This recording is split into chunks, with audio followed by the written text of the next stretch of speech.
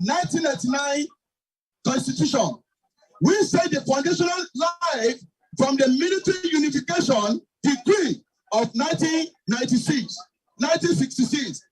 This constitution has been identified as a principle first empowering and the oppressive rule in Nigeria.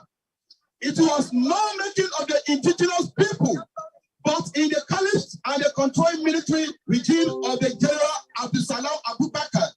It is the passion in such a way that the stream of and the state of economic assets and they built all the entire control of this asset into the hands of the Fulani controlled federal government. This has been identified as a major cause of underdevelopment and the hardship to the policy experience and the Yoruba and other indigenous Nigerian citizens.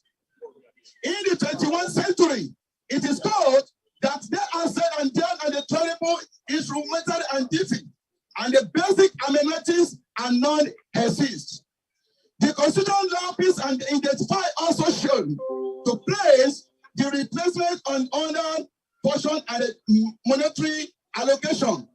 It is a matter of the fact that the sword and the seas in the inceptions of the current regimes of President Buhari, there has been a systematic enthronement of the Fulani leadership across the nation security offices.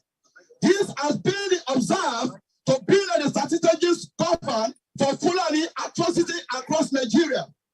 At the convocation ceremony, General Taufik Danjuma had asserted that the security forces could launch an arm and the bandits. At the present, the insecurity is unprecedented, and the Fulani attack against the indigenous Nigeria and the taking dimension of the genocide.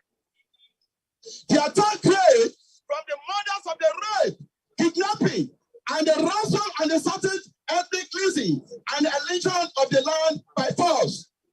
There is also a strategic destruction of the agricultural parties and the collusion through the use of the Fulani cow by Fulani herdsmen in an outdated open grazing. This has led a death of the numerous farmers and the agricultural basis, economic activities across the southwest, southeast, south-south, and the middle belt of Nigeria. Too many problems are born in the Nigerian prison.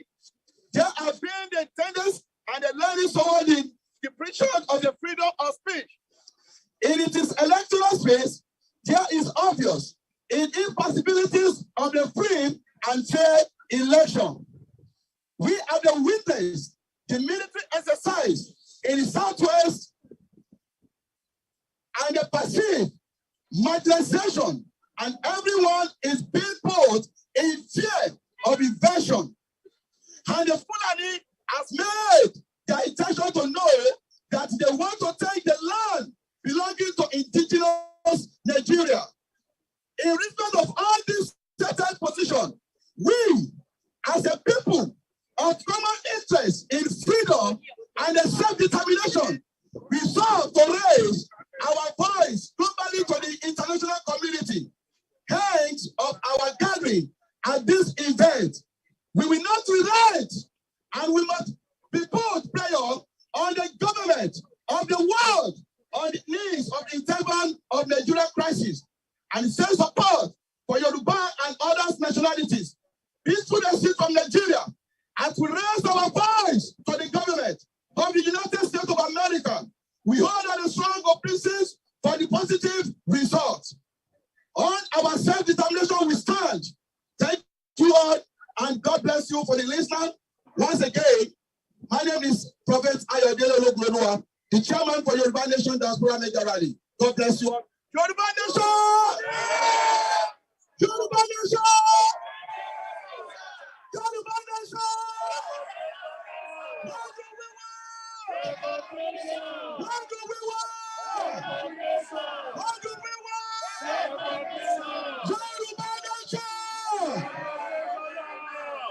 Thank you all. God bless you. God bless Oduduwa Nation, and God bless United States of America. Iléyá, Iléyá o, ọmọ Oòduà, Iléyá, Iléyá, Iléyá o, ọmọ Oòduà, Iléyá. Àti bọ́bí táwọn àwọn ń padà sílé. Àti táwọn láwọn tí ó yọ, àti bọ́bí làkàná. Iléyá, Iléyá o, ọmọ Oòduà. Ọmọ Oòduà tó wà kárí ayé, ìlàgbé gbọ́dọ̀ ìlàkẹ́ sí ẹ̀ka lọ, ẹja rẹ̀ lé bàbá wa. Mo ní bàbá lọ bí tá à ń rè lásìkò yìí, ọjọ́ wípé àti dèwúrẹ́ jẹlẹ́jẹlẹ́.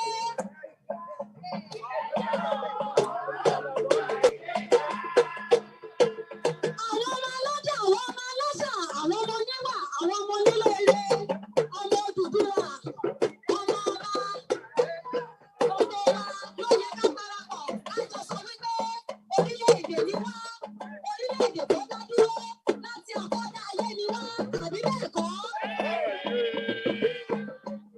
Odùduwà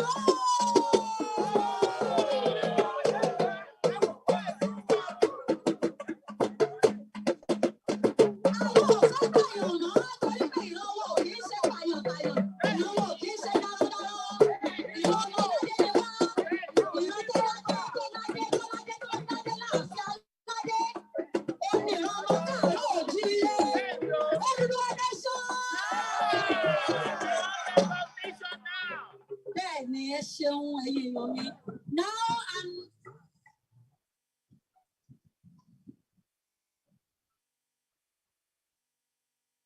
God bless Odùduwà nation and God bless United States of America.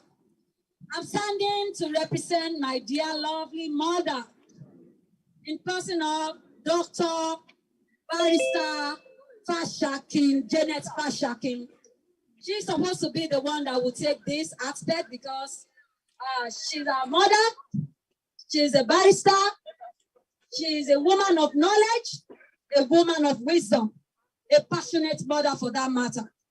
But I'm going to read on her behalf a message from her heart to the United States of America and to the sons and daughters of Odùduwà nation so that they know where they are coming from and where they need to be.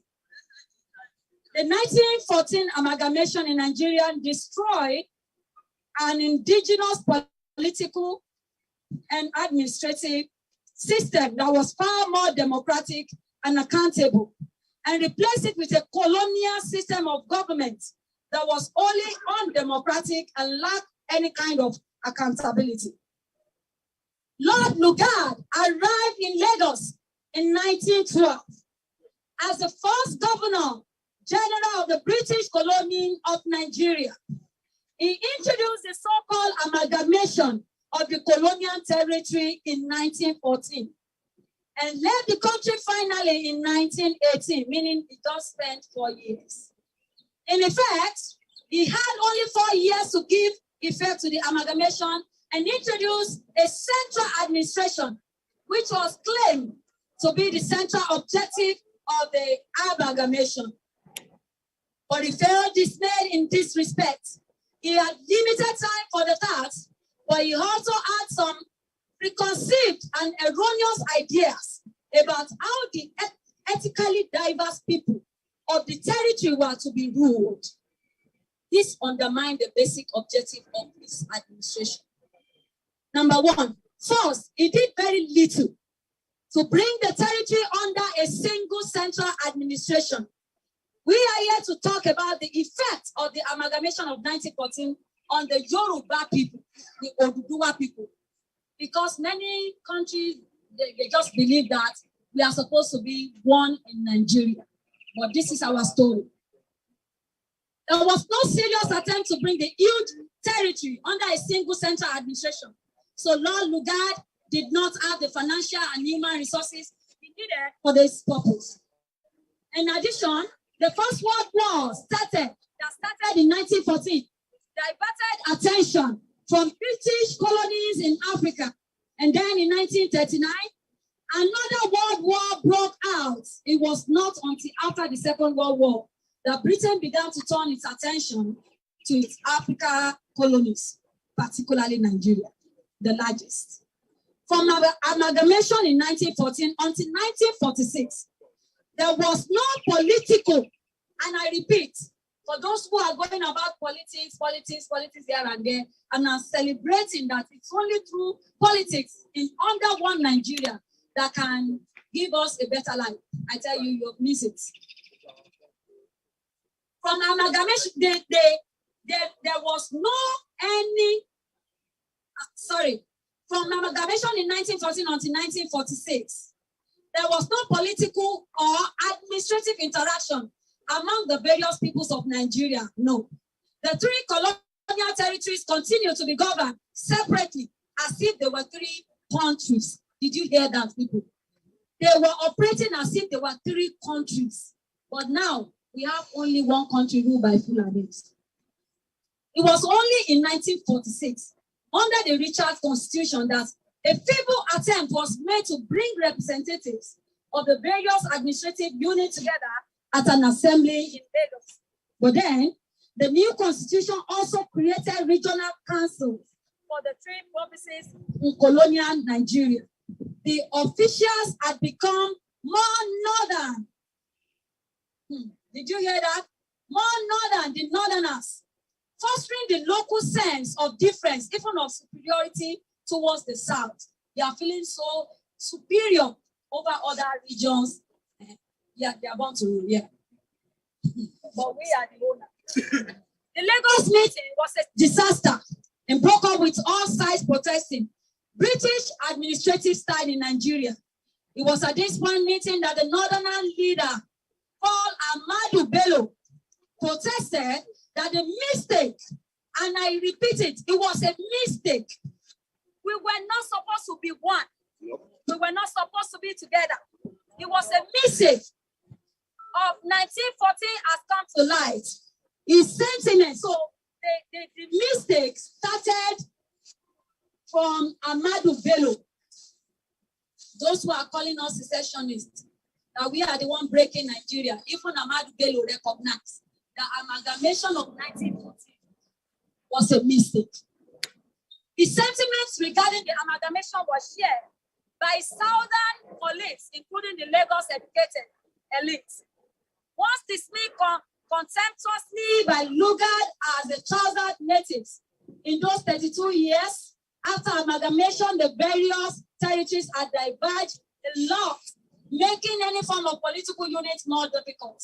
And secondly, Lugard had extended to the entire territory his obnoxious system of indirect rule, which was strongly opposed in the Southern Protectorate. The situation he met in the North was considerably different from that which he had led in 1906 as a governor of the Northern Protectorate, under the decentralizing influence of his successors in the North. The British residents had become autocratic within their semi-autonomous emirates by then.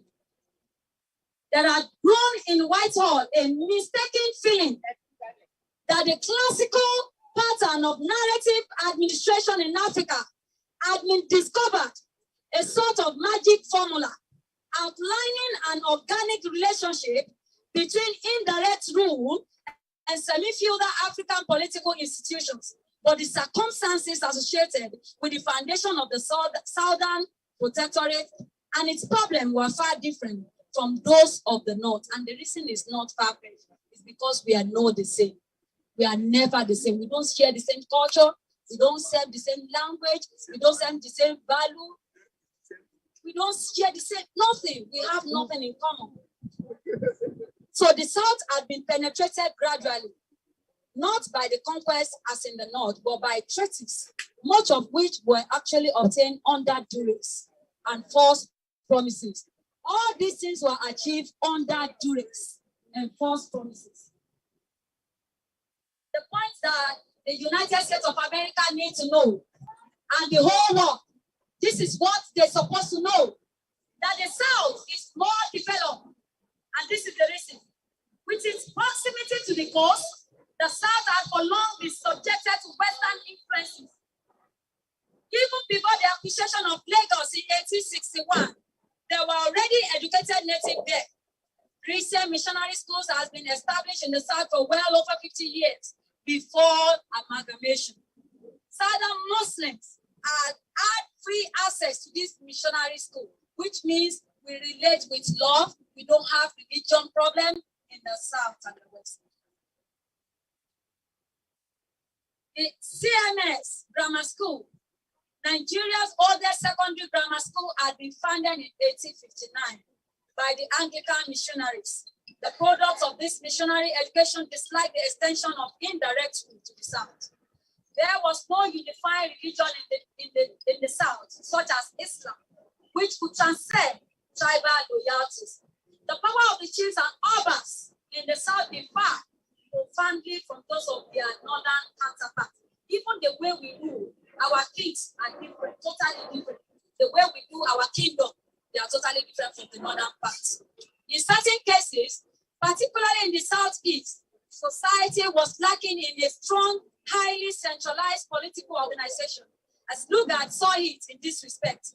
The first step is to find how can a man who does not even understand our language, our territories, our culture, our tradition, our belief, our values, come and just put everyone together.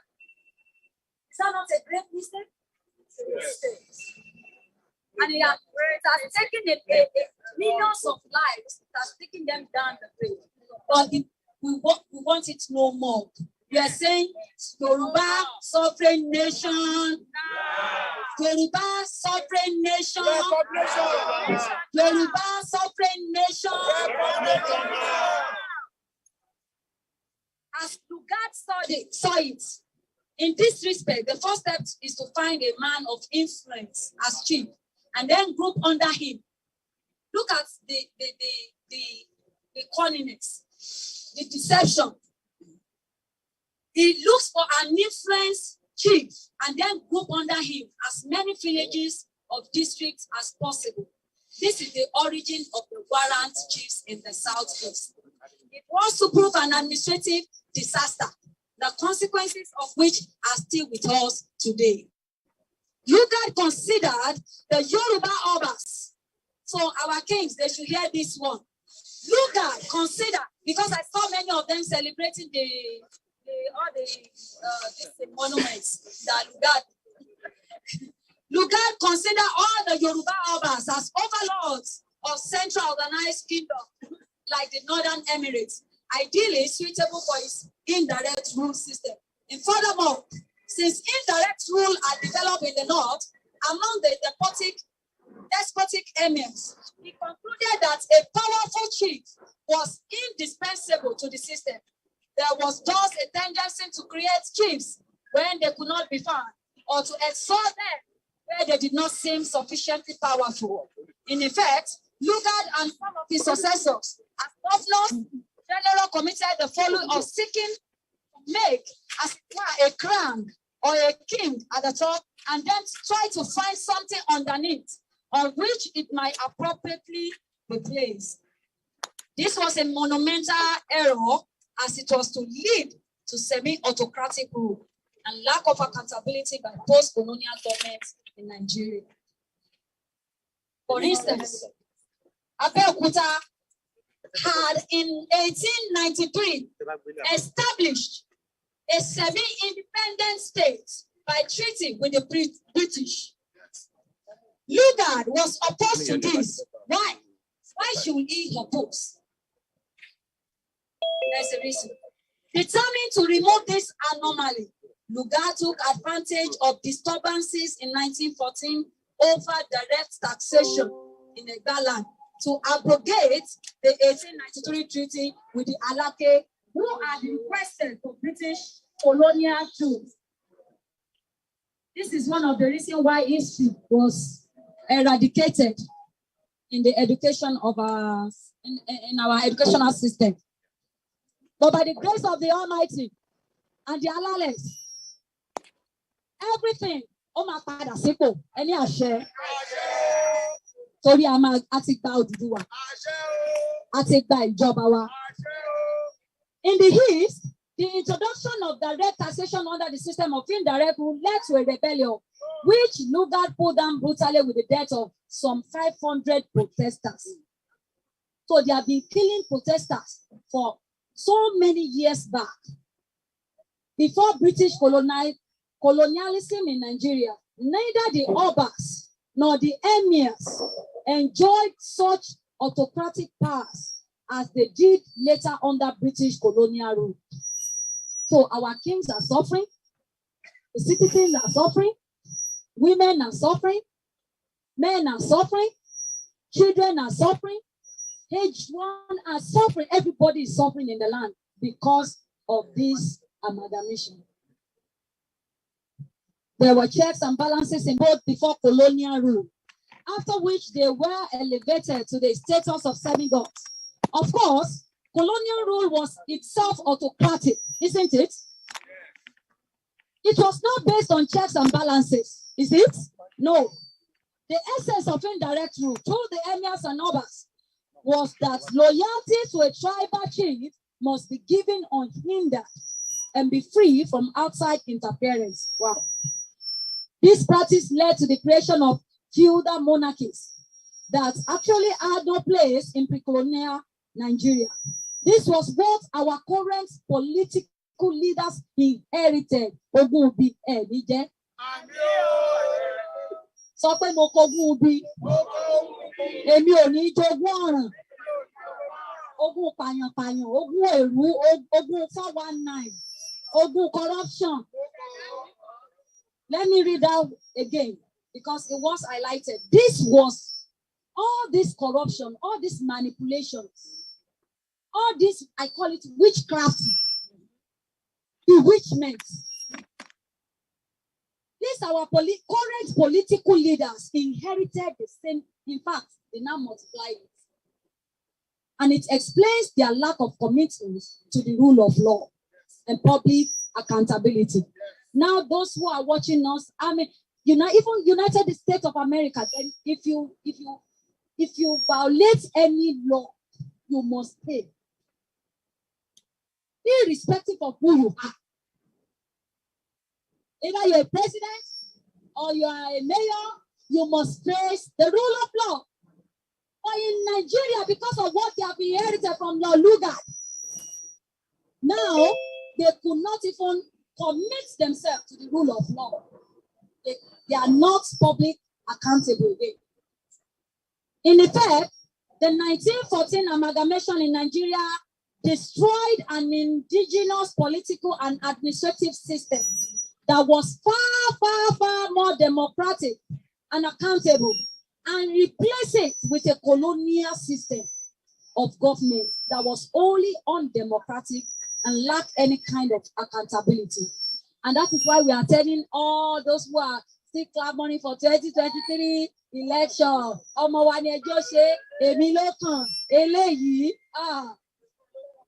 You see, we are still under colonial system. Colonial system. So we are not free because we have a constitution that will never allow any accountability. Yoruba is sovereign nation, local. It laid the foundation for autocratic government in Nigeria virtually without any checks and balances in the system. While in traditional society, there were means, and you know,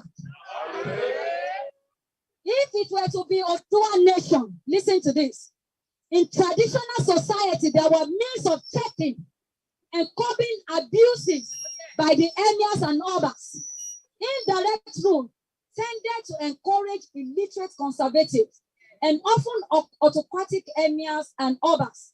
One critic of the system observed that the emirs today are maintained by British bayonets so that there are men holding this position who will not last 1 week once these bayonets were to cease. Did you hear that? Ẹni tó bá wá jalè nílé Oòduà kí ló máa ṣe? Ògùn á gbé. Ẹ wò, àwọn èèyàn ti behave well ni. People will behave well because they know that there will be truth, there will be sanity, there will be justice. Because there will be life for everybody. There will be good life for everybody. Now we are talking about Boko Haram. Christian missionary to the United States of America, we need you to listen to us. We are a nation from the beginning. All we are asking for today is a recognition of our sovereignty, a recognition of Yoruba nation sovereignty. And this is one of the reasons Christian missionaries in Zaria condemned British colonial rule in Nigeria for its failure to use the system of indirect rule as an instrument of progress in the north. Lord Lugard's administration was hostile to Christians. See the beginning. Can you see the foundation now?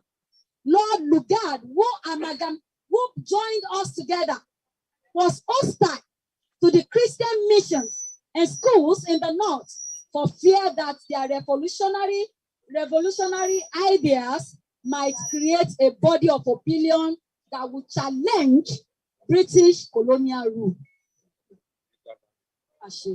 and the authority of the hermits. So this is the source of the existing wide gap in education between the north and the south in Nigeria, with profound political and economic implications for the country. Boko Haram is a direct consequence of these laughs from Lord Lugard. In the long run, the question that we should ask, that everybody should ask, that Nigerian government should ask, that Yoruba indigenes should ask, that United States of America should ask. This is the question. Where amalgamation and the consequent system of indirect rule were supposed to lead, where is it leading us to? Destruction? Darkness? Poverty? Is that what life is all about? Bloodshedding? Insecurity? If we are to be joined together to live together, are we not supposed to progress? Are we not supposed to move forward better? Yeah. They said, Agbajowo la fin soya, ajejewo kan ogberu dori. So if the amalgamation is to our own benefit, is it not supposed to make us one of the most beautiful places to be in the world?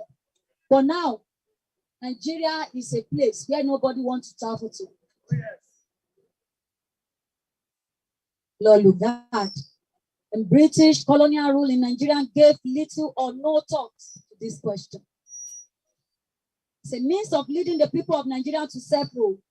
The system was a total failure. Even the Western world knows this. That this is a disaster. This is a failure. Feudal chieftaincies created by the system were not compatible with a modern progressive state. We're not backward people. Slave to continue. We're not meant to be a slave. We were born free man, born free woman, kings and queens in the land of Oduduwa. We are princes and princesses in the land of Oduduwa. We are business. We have people, our women are enterprising, beautiful. But today, they have become beggars in the streets. The British colonial rule did some good in Nigeria anyway, but that it did some harm too, especially its failure to adequately prepare Nigeria for future development as a united, democratic, and progressive modern state. It was at best a partial success. The indirect rule system that follow amalgamation remains, and I repeat, this indirect rule system that follow amalgamation of 1914 remains the major source of ethnic and tribal politics in Nigeria today.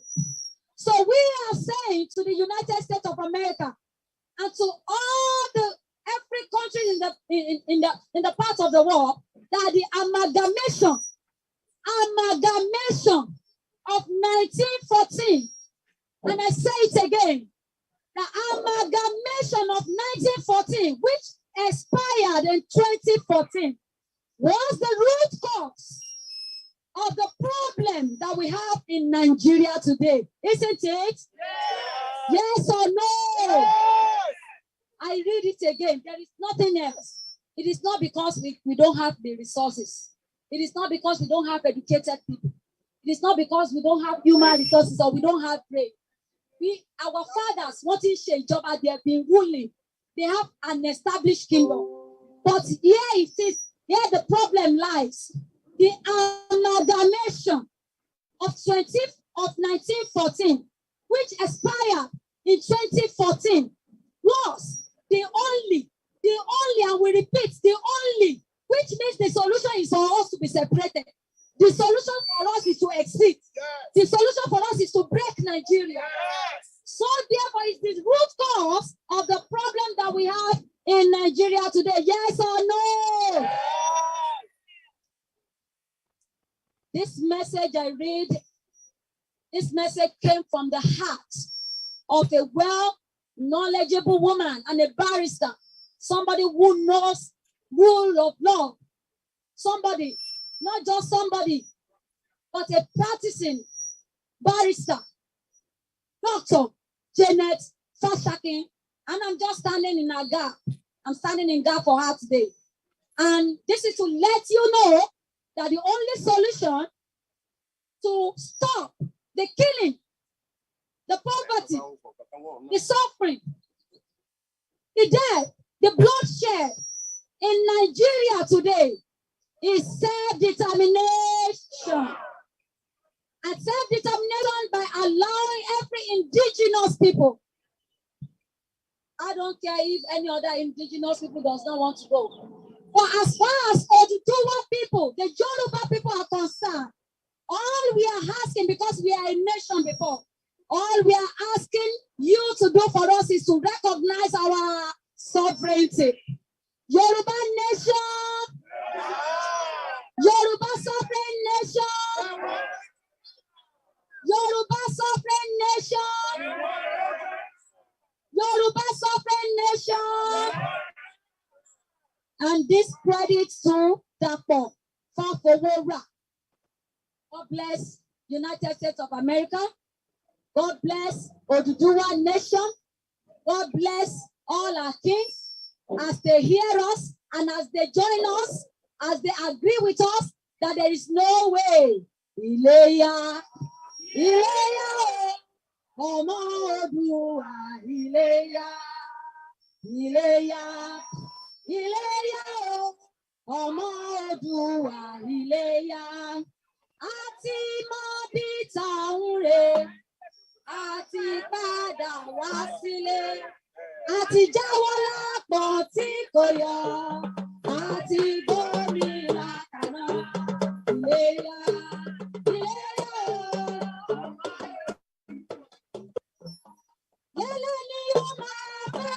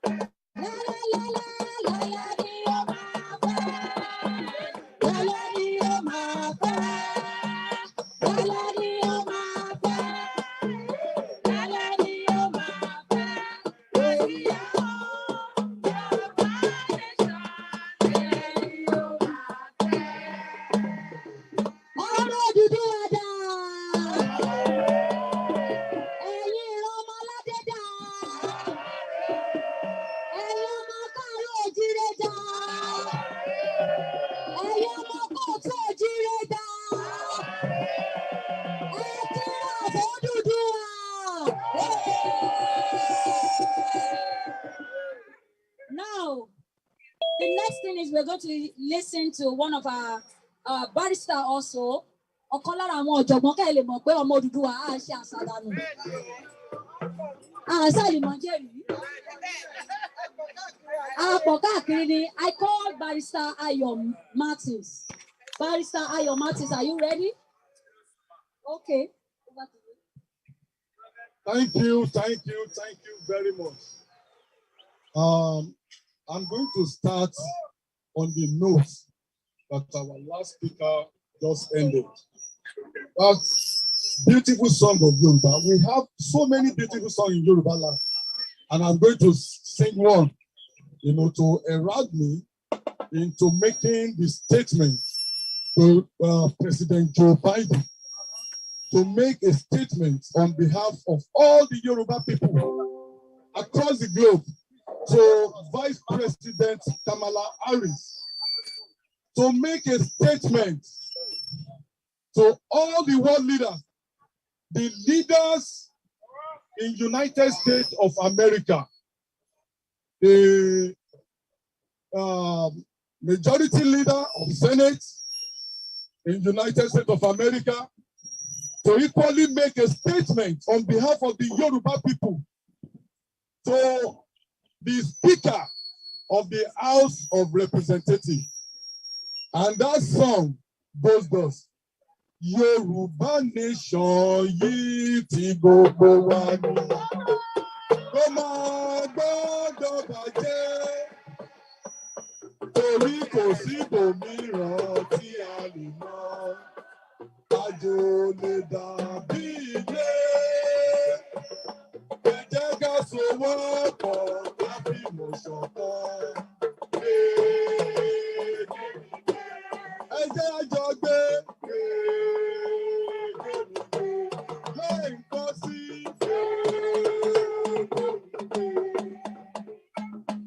Yoruba nation yìí tí gbogbo wa ni. Kó má gbọ́dọ̀ bàjẹ́. Torí kò sí ibòmíràn tí a lè lọ. Àjò lè dàbí ilé. Ẹ jẹ́ ká sowọ́pọ̀ ká fìmọ̀ ṣọ̀kan.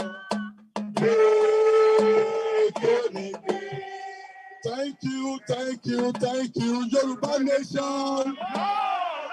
No. Yoruba nation, self-recognition. Yoruba nation, self-recognition.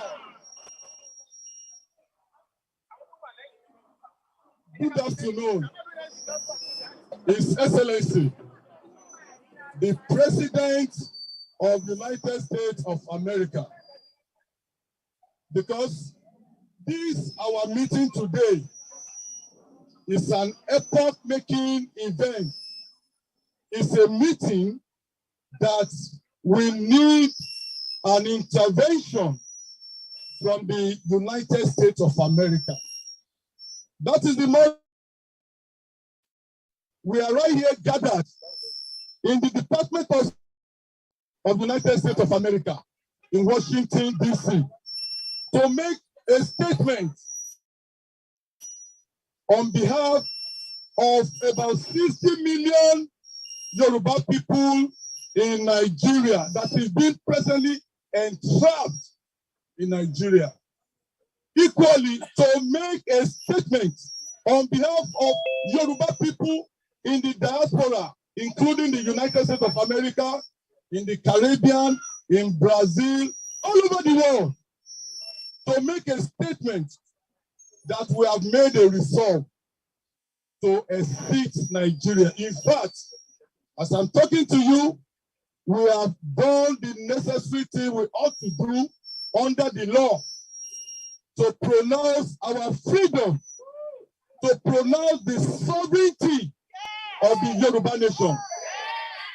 What we are here gathered today is just to alert the world community, the world leader, the international community, to give recognition to this newly formed Yoruba state.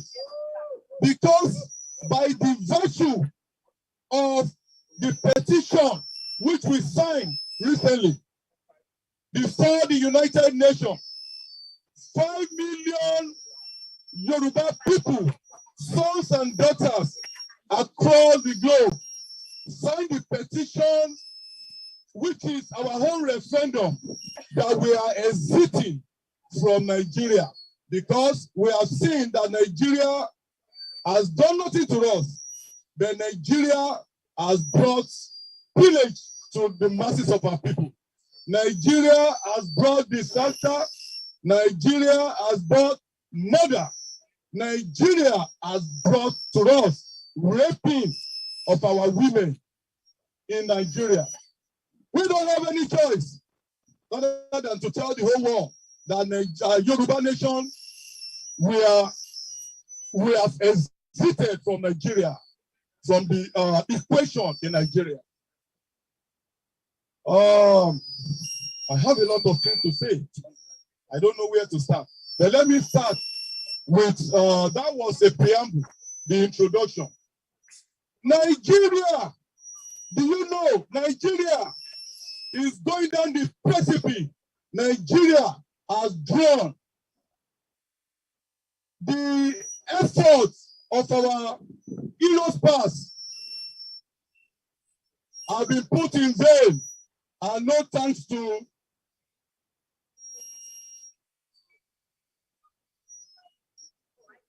I'll still come back to that. You know, we lawyers, we don't like to be interjected. We like our story to take a story, because I'm telling a story and I'm going to end at a particular place in my story that I'm telling, so that every one of you, everyone that is here gathered, if you now feel that my story is not complete, there's always a chance to come, you know, and say an addendum to the story which I'm telling. Nigeria is going down the precipice. We don't have a choice as Yoruba people across the globe to exit from Nigeria peacefully. No thanks to General Muhammadu Buhari. General Muhammadu Buhari, the president of Nigeria, is presently supervising the genocide, is presently committing a crimes against humanity. And we have no choice. We have to let the international community to be aware of this, our plight as Yoruba people who are civilized, who are well educated, well read, well traveled in Nigeria. But we are just trapped in Nigeria. Buhari is the head of the Janjaweed. When I was making my research about what a Janjaweed is a group of militia that have come from Sahel, from Sudan, from Arab, to come and unleash terror on the innocent civilian population, the faceless civilian population. Muhammadu Buhari is the #1 Boko Haram in Nigeria. I want the world leaders to know this. And that's the reality. General Muhammadu Buhari, the present president of the Federal Republic of Nigeria, is supposed to be the Federal Republic of Nigeria in any way, but really, it is the Federal Republic of Fulani people in Nigeria. And we are saying, we the Yoruba people, we are not going to be involved in that kind of an equation. And that's the reason why I pity some of these our politicians that are still maneuvering, that still believe that there will be election in Yoruba land, that there will be election in Nigeria, that there will be election. Is it not appalling? Just last Sunday, a terrorist attack occurred in Nigeria. People who were gathered worshiping, serving their God in St. Francis Catholic Church in Ondo State of Nigeria. Some gunmen sponsored by Muhammadu Buhari, and my mentioning about his name, I need anybody to call me to question. I have a whole lot of evidence to show that Buhari, President Muhammadu Buhari, is the #1 Boko Haram in Nigeria. And they're out there to terrorize the rest of the population. Because as of today, do you know that all the killers, more than 100 people were killed just this last Sunday in Nigeria, in a church in Ondo State, in Yoruba land. And Buhari-led administration is not bringing out the state machinery. It's not rolling out the tanks of the military. They go into the bushes where these people, these terrorists are lurking to get them arrested and prosecute them. I'm going to shock you by certain revelation I'm going to make now. Are you aware, although I've been asked to talk about the 1999 Constitution, I'm coming back to that place. Then maybe I should quickly talk about the 1999 Constitution, you know, so that we can actually correlate our story. I can match my story with my learned friend, you know, on whose behalf the first speaker read a piece, because she has talked about the amalgamation of Nigeria. And I want to talk about the 1999 Constitution. And I want to talk about how the process of that Constitution is brought to bear. And I equally want to marry that with colonialism, new colonialism, and imperialism. And I'm going to romance it with the fact that Yoruba people, we are not going to be part and parcel of that kind of an equation.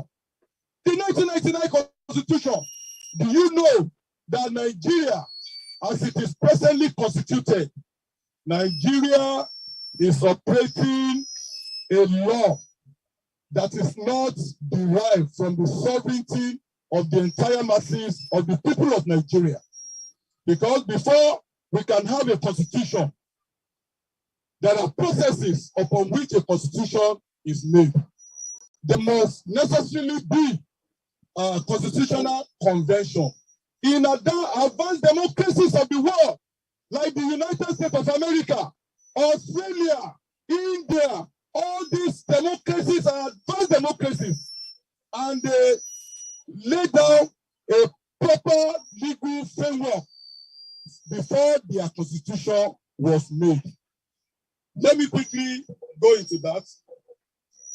Do you know that the United States of America, where we are all here gathered, when they wanted to make a constitution for the construction, for the peace and progress, for the development of the United States of America, 55 eminent personalities in the United States of America gathered in Philadelphia, Pennsylvania, in the year 1787. These eminent people gathered together. They drafted a constitution for the good governance of the United States of America. And that is the reason why United States of America keep prospering, keeps developing as a geometric progression. And that's the reason why all of us, we run away from where our life is being demanded to come and seek refuge and to come and possibly contribute our own quota to the gross domestic product of America. Mark my word, in all these things I'm saying, the United States of America's Constitution was constructed through a constitutional convention in 1787. In Australia, do you know that the Constitution was first drafted between the year 1891 and year 1898? Through series of constitutional convention. Mark all those words, constitutional convention. And these are advanced democracy, which is equally, they are federal democracy that can be compared to what we have in Nigeria. You have seen that I've not mentioned about United Kingdom. I have my reason, and my reason is deliberate. I will soon get to the end of that story. Do you know that some delegates equally in India, in the year 1948, they gathered in a constitutional convention and they made a constitution for themselves.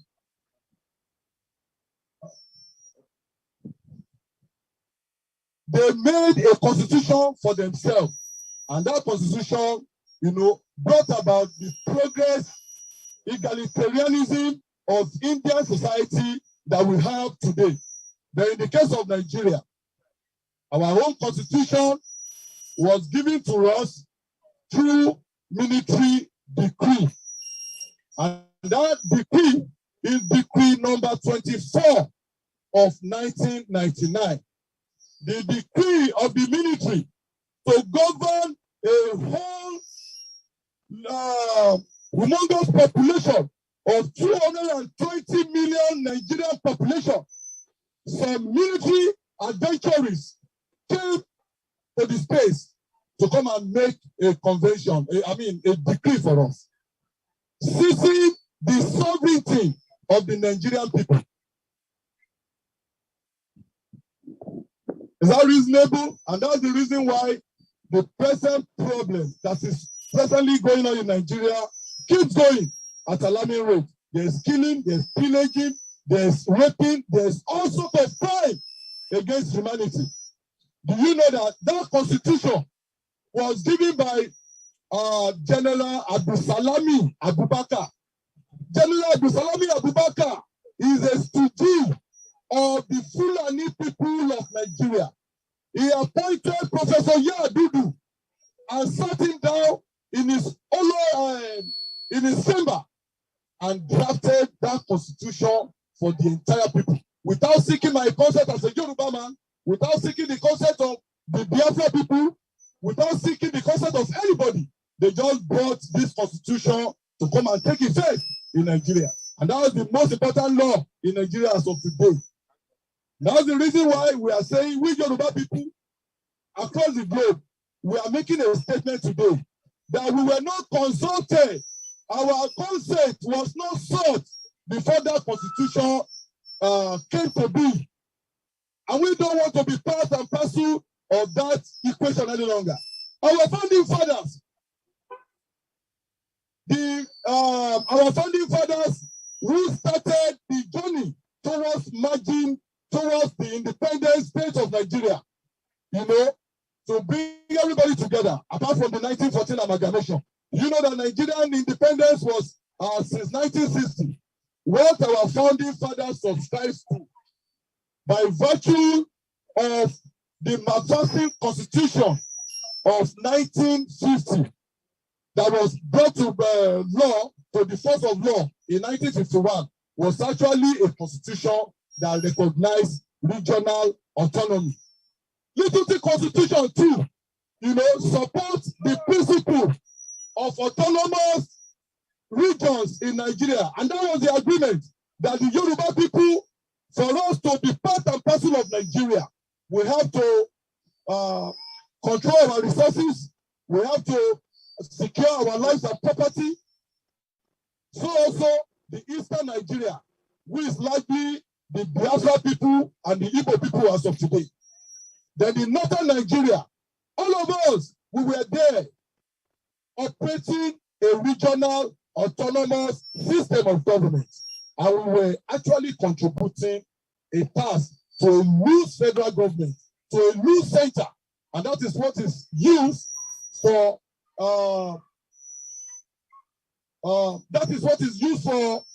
matters that involves the Commonwealth matters, like military, like company and allies matter, etc. No sooner than the military adventurers, no sooner than they came to power, they destroyed this system, they destroyed this regional system. They took, in fact, Nigeria has been stealing from the Yoruba people. And I see no reason why we have to remain in that, under that contraption called Nigeria. All the development that our Chief Obafemi Awolowo did in the Western region, using the cocoa money, as the main staple of economic income generation in the Yoruba land.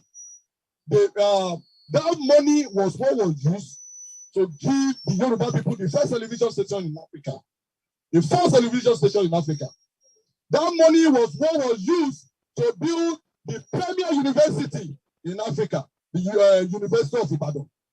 Equally, University of Ife.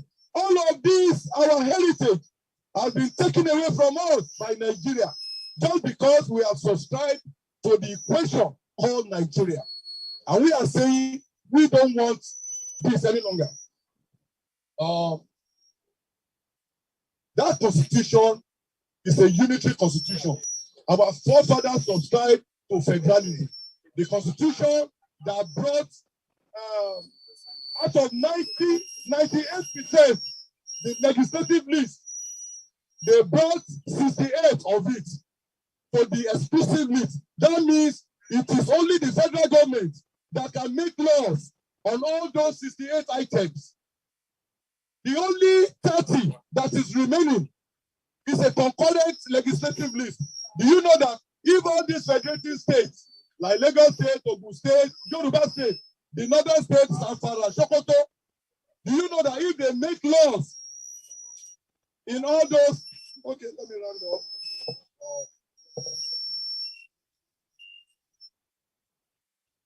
I did promise you that I'm going to give you the evidence why General Muhammadu Buhari was the #1 Boko Haram in Nigeria. I'm going to read some stuff to you now.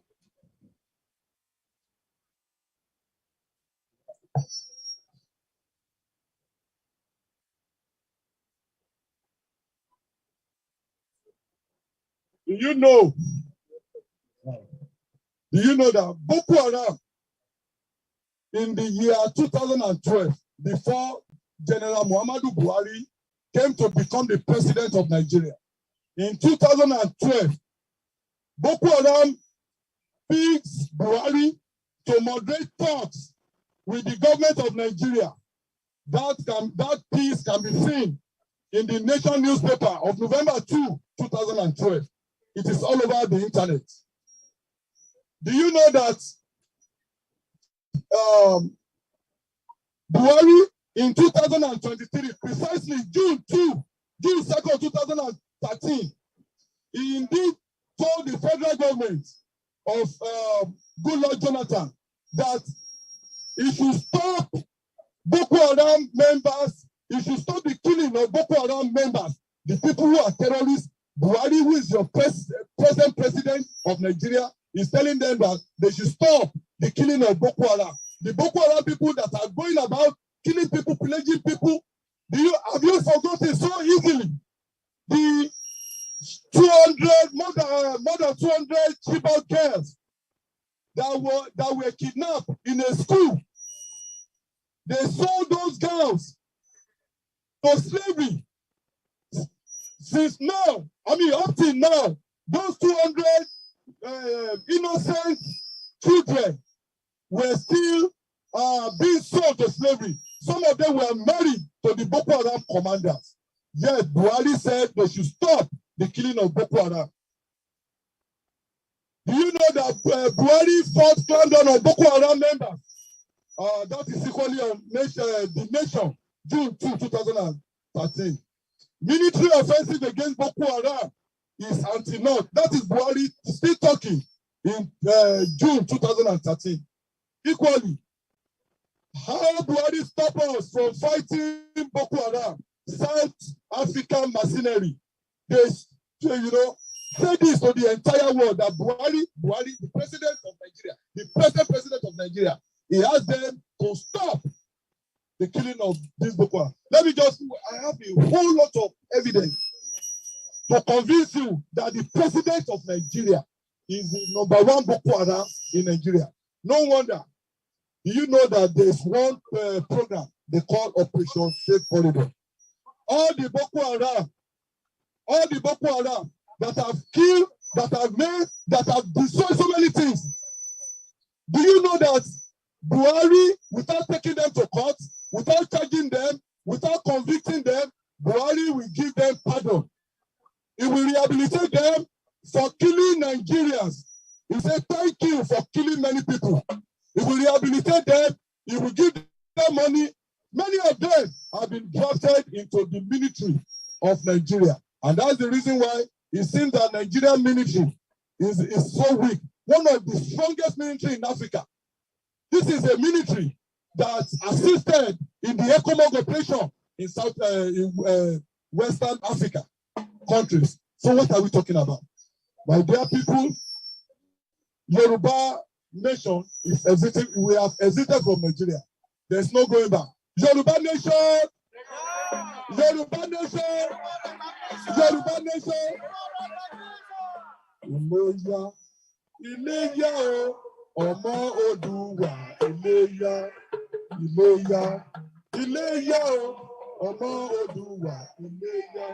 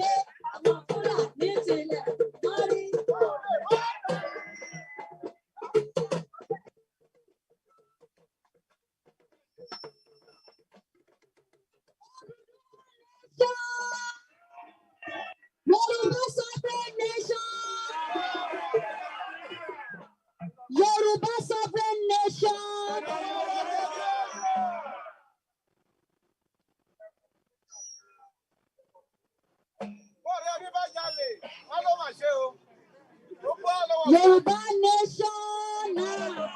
Yoruba sovereign nation. Are you tired? Maybe to some people who are listening to us, one of our culture is drum. One of our tradition, we use drum, to talk, to demonstrate, to explain. Either we are happy, we want to pass a message. So, and ara àwọn nǹkan tá a fẹ́ kó sọnù lọ́wọ́ wa nìyẹn. Òun ni àwọn àṣà àti ìṣe wa.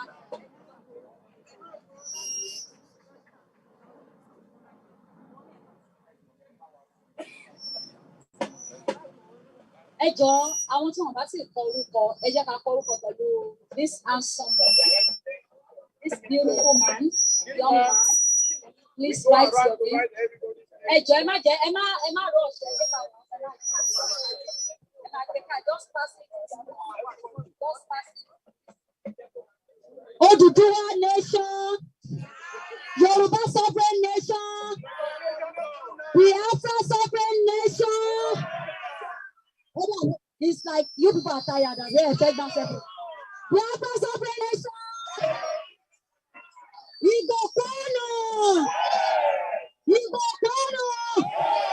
Igbo Kono. Igbo Kono. Yoruba nation. Yoruba nation. Middle Belt nation. Middle Belt nation. One thing that people don't realize is that even Middle Belt, the kind of suffering they are suffered in the hand of Nigeria past anything else. So they want to go. Everybody wants to go. So we use this moment to recognize our other self-determination group, the Biafra. They are here. Yes, they are here. I can see them.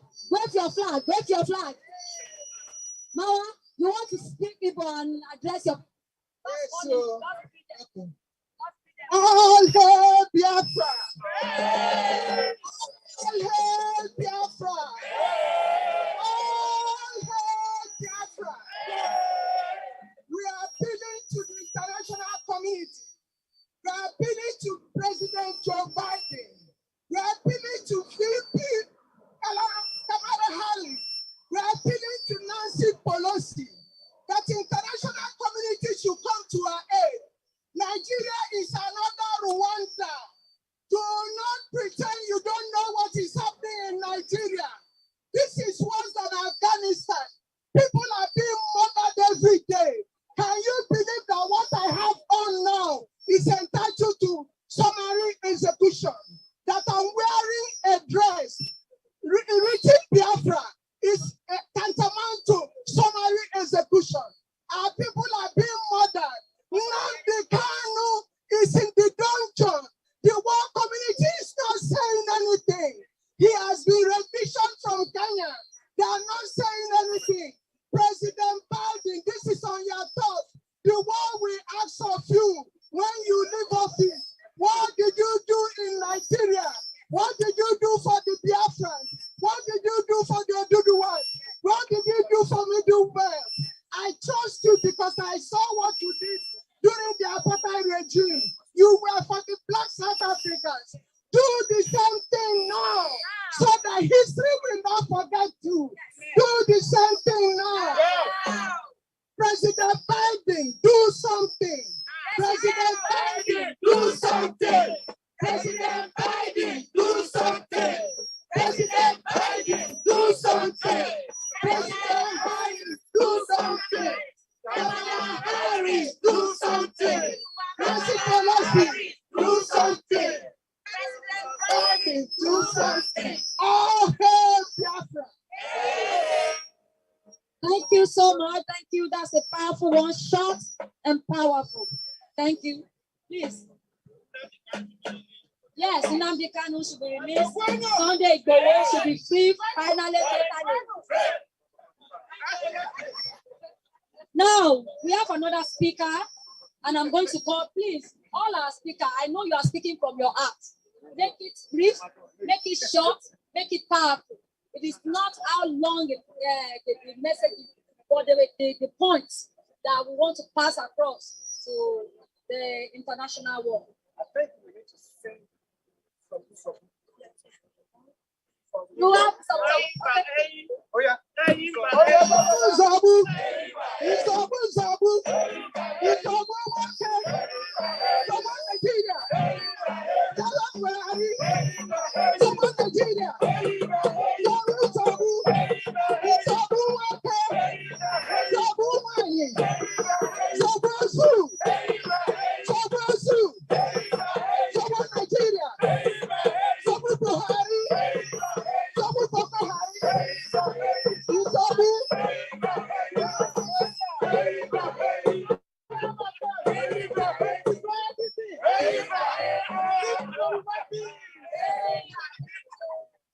Great Nigeria.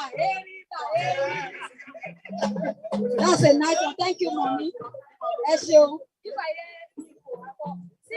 the reason why we have to start the room. I know here about 6 people now, but I know here. If you want to start Wahala now, what we are saying is if you are speaking your language now, I will be confused. I will think you are abusing me.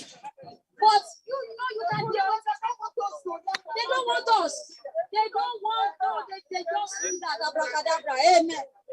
Amen, somebody. Amen. Amen, somebody. Amen. I said, go. Oh yeah, I pay Baba was Samuel Jegede for a brief. Please don't read the message. I will not. Trust me. I'm gonna make sure I summarize all the points I have here so that our people back home can get the message and that they can respond accordingly. My name is Samuel Jegede. I live in the state of Georgia. That's a beautiful state, by the way. Now, we want to look at how education in Yoruba land have been bastardized by the current government, in particular, the government of Mr. Buhari. We have it, we can state without any fear of contradiction that one of the unstated goals of this administration is the destruction of education in Yoruba land. Yoruba people are one of the most educated people on the continent of Africa. As a matter of fact, people will say we are the most educated. But if we are among the first 3, that is still an achievement. We have it on good authority that from 1860s, Yoruba people have been graduating from top-class British universities to show you how we value education. But since the disaster of 1914, people say it's a mistake, but I call it a disaster.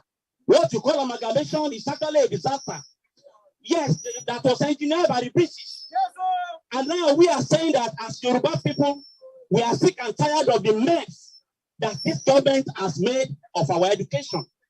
Our education is our pride in Yoruba land.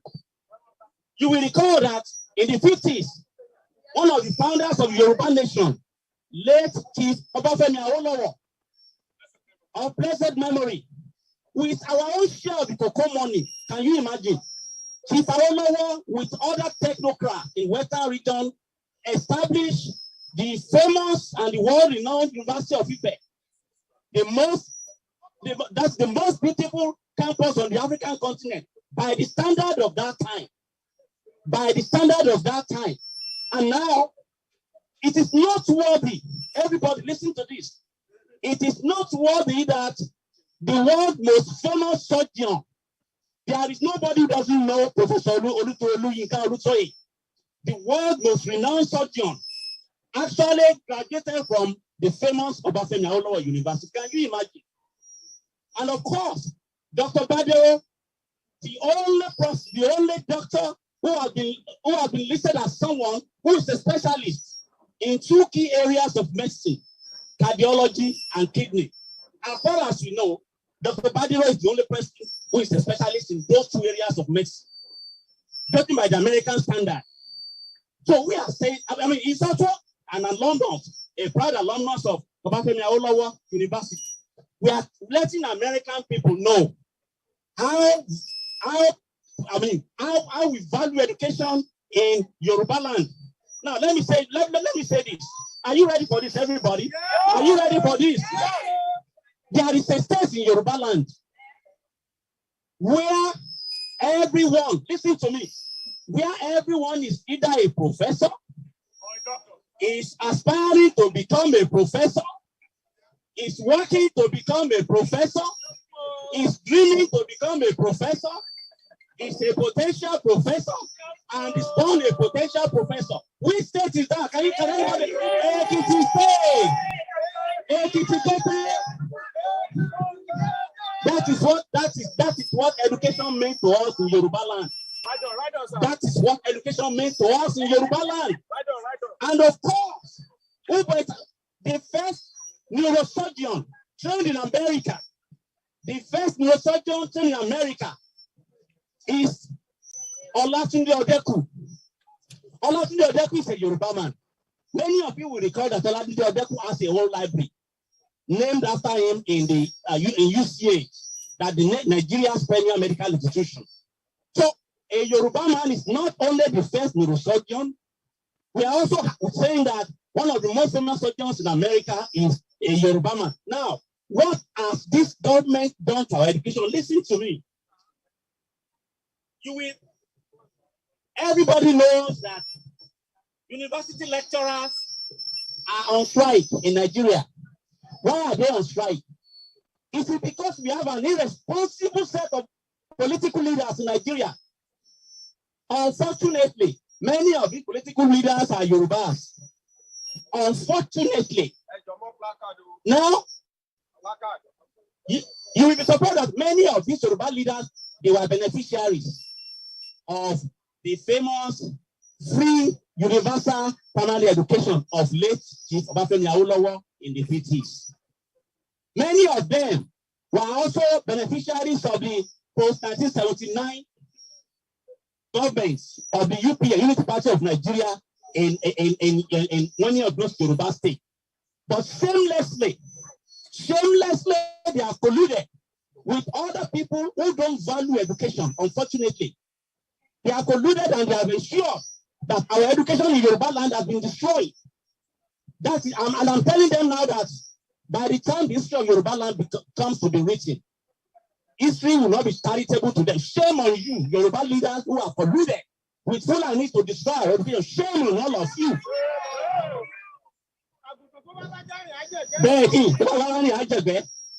Another reason these politicians are scholars as they are.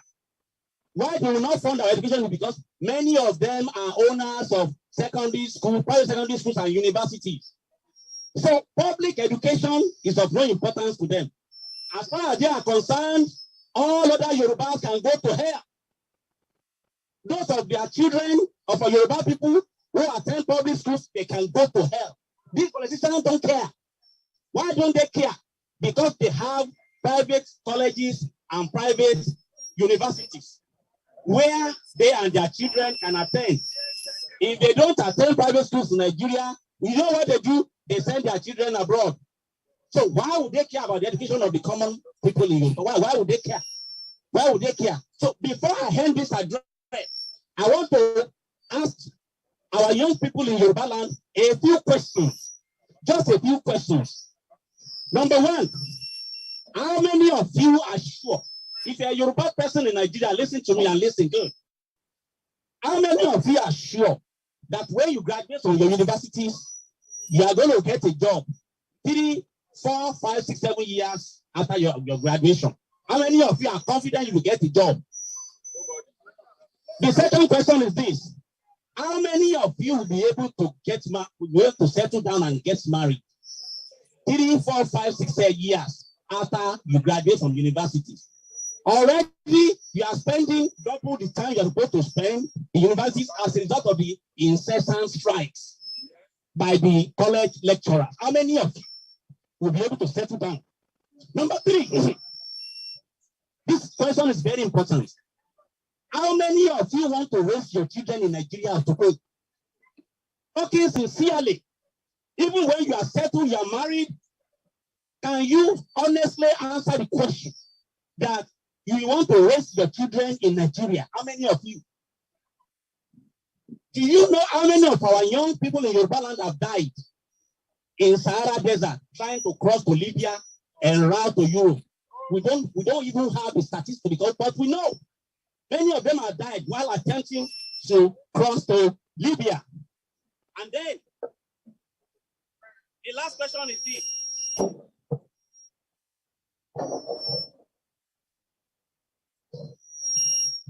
Do we know how many of our young people are still in incarceration? The people are jubilating that, hey, somebody has gotten the ticket. How many of our young people are still in incarceration as a result of the NSAS protest? Our young people protested because of police brutality. But many of them were killed. Many of them are still missing. Many of them are still in incarceration. And then we want to prepare for another election? Hell no. Hell no. Nigeria has been said. Hello? Okay. Nigeria is a country that has several nationalities. We have different languages, different culture, different prejudices, and so on and so forth. If that is the case, why don't we take an appraisal of our current situation and come to the conclusion that we must dissolve Nigeria as a matter of urgency so that each of us can pursue our destiny in our own different ways. I want to end this address by quoting a 19th century British diplomat and foreign secretary, George Canning. George Canning said during the Concert of Europe that that was the time European countries were jostling for influence in Europe.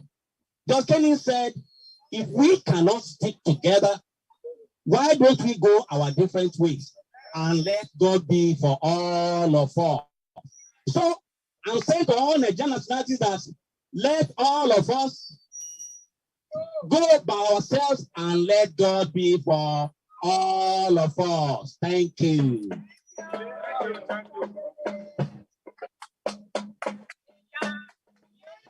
Onílùwàdà, ayọ̀, ayọ̀wálé o.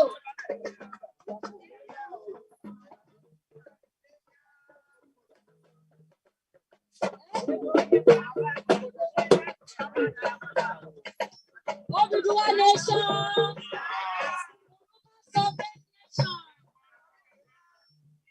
Onílùwà, ẹ bá wa sọ̀rọ̀.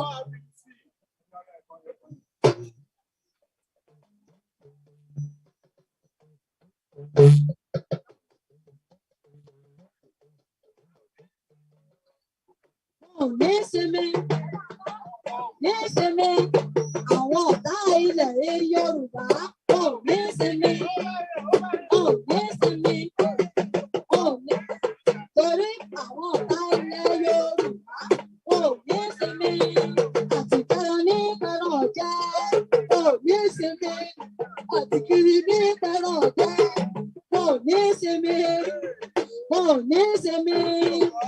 ẹni àti kiri ní pẹ̀rọ jẹ ọ̀pọ̀lọpọ̀ àwọn màmá gan wọn mẹ́rọ jẹ ṣé ẹ mọ́rọ̀ jẹ. That's small blood they used to put at the entrance of the house. You know when people go in and go out in those dollars. Ẹ̀rọ ní pẹ̀rọ jẹ ní sẹ́mi kẹ́wí ní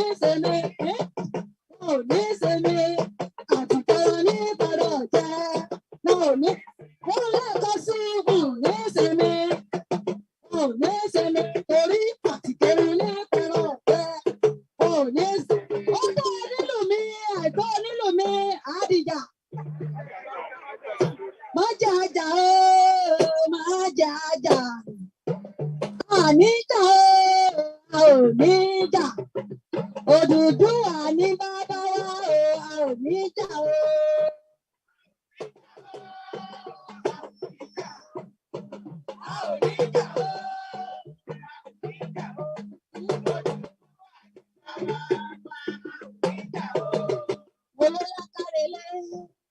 Ilé làwa ń lọ, àgbẹ̀kọ̀ òrókòrókò tó pàdé ilé. Olóyàkárelé, ilé làwa ń lọ, àgbẹ̀kọ̀ òrókòrókò. Yoruba sovereign nation.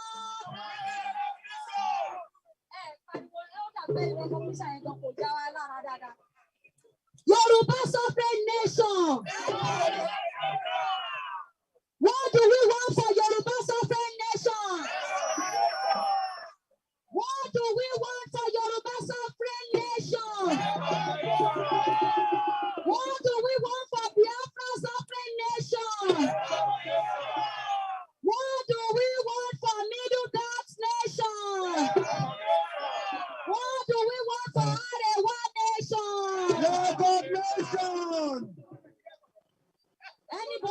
Nigeria, show Nigeria, yes. Ẹja máa tẹ̀síwájú. Ilé ló lọ tààràrà. Ilé ló lọ tààràrà.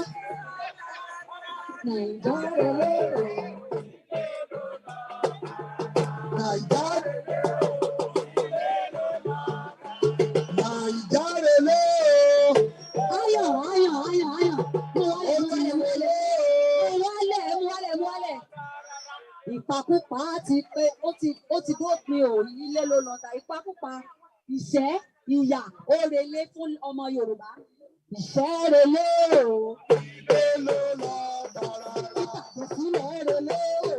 Ilé ló lọ tààrà. Ikú àgbọ́jọ́ relé o. Tààrà. Mọ́nìsìn relé o. Ilé ló lọ tààrà. Mọ̀lẹ́rú relé o. Àwọn ọ̀jẹ̀lú ti dára mi. Ilé lọ. Ọ̀gbà mi jẹ́rìí lé o. Ilé lọ tààrà. Ọlọ́jẹ̀lú relé o. Ilé ni wọ́n lọ tààrà. Iná ni wọ́n lọ tààrà. Iná ni wọ́n lọ tààrà. Iná. Iná ni wọ́n lọ tààrà. Ó máa jẹ́ wọn dúró. Iná ni wọ́n lọ tààrà. Ọ̀jẹ̀lú ti dára mi.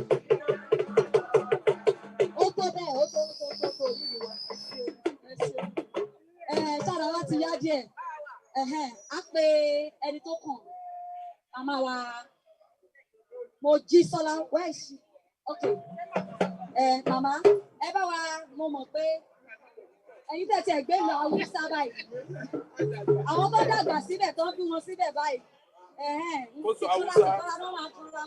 Kóso Awúsá. They want to hear from your heart. Awúsá ni kó sọ. Wọ́n ní kẹ́ ẹ bá a sọ Awúsá sí wọn.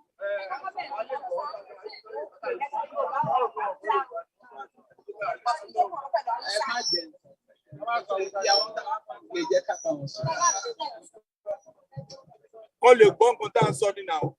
Wọ́n lè gbọ́.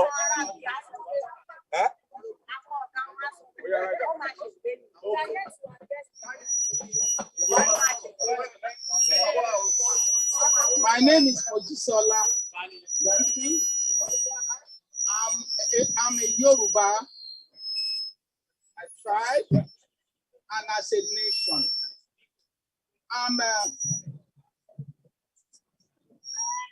here to speak on my story as a living witness of the genocide being displayed in Nigeria and for a very long time in northern parts of Nigeria.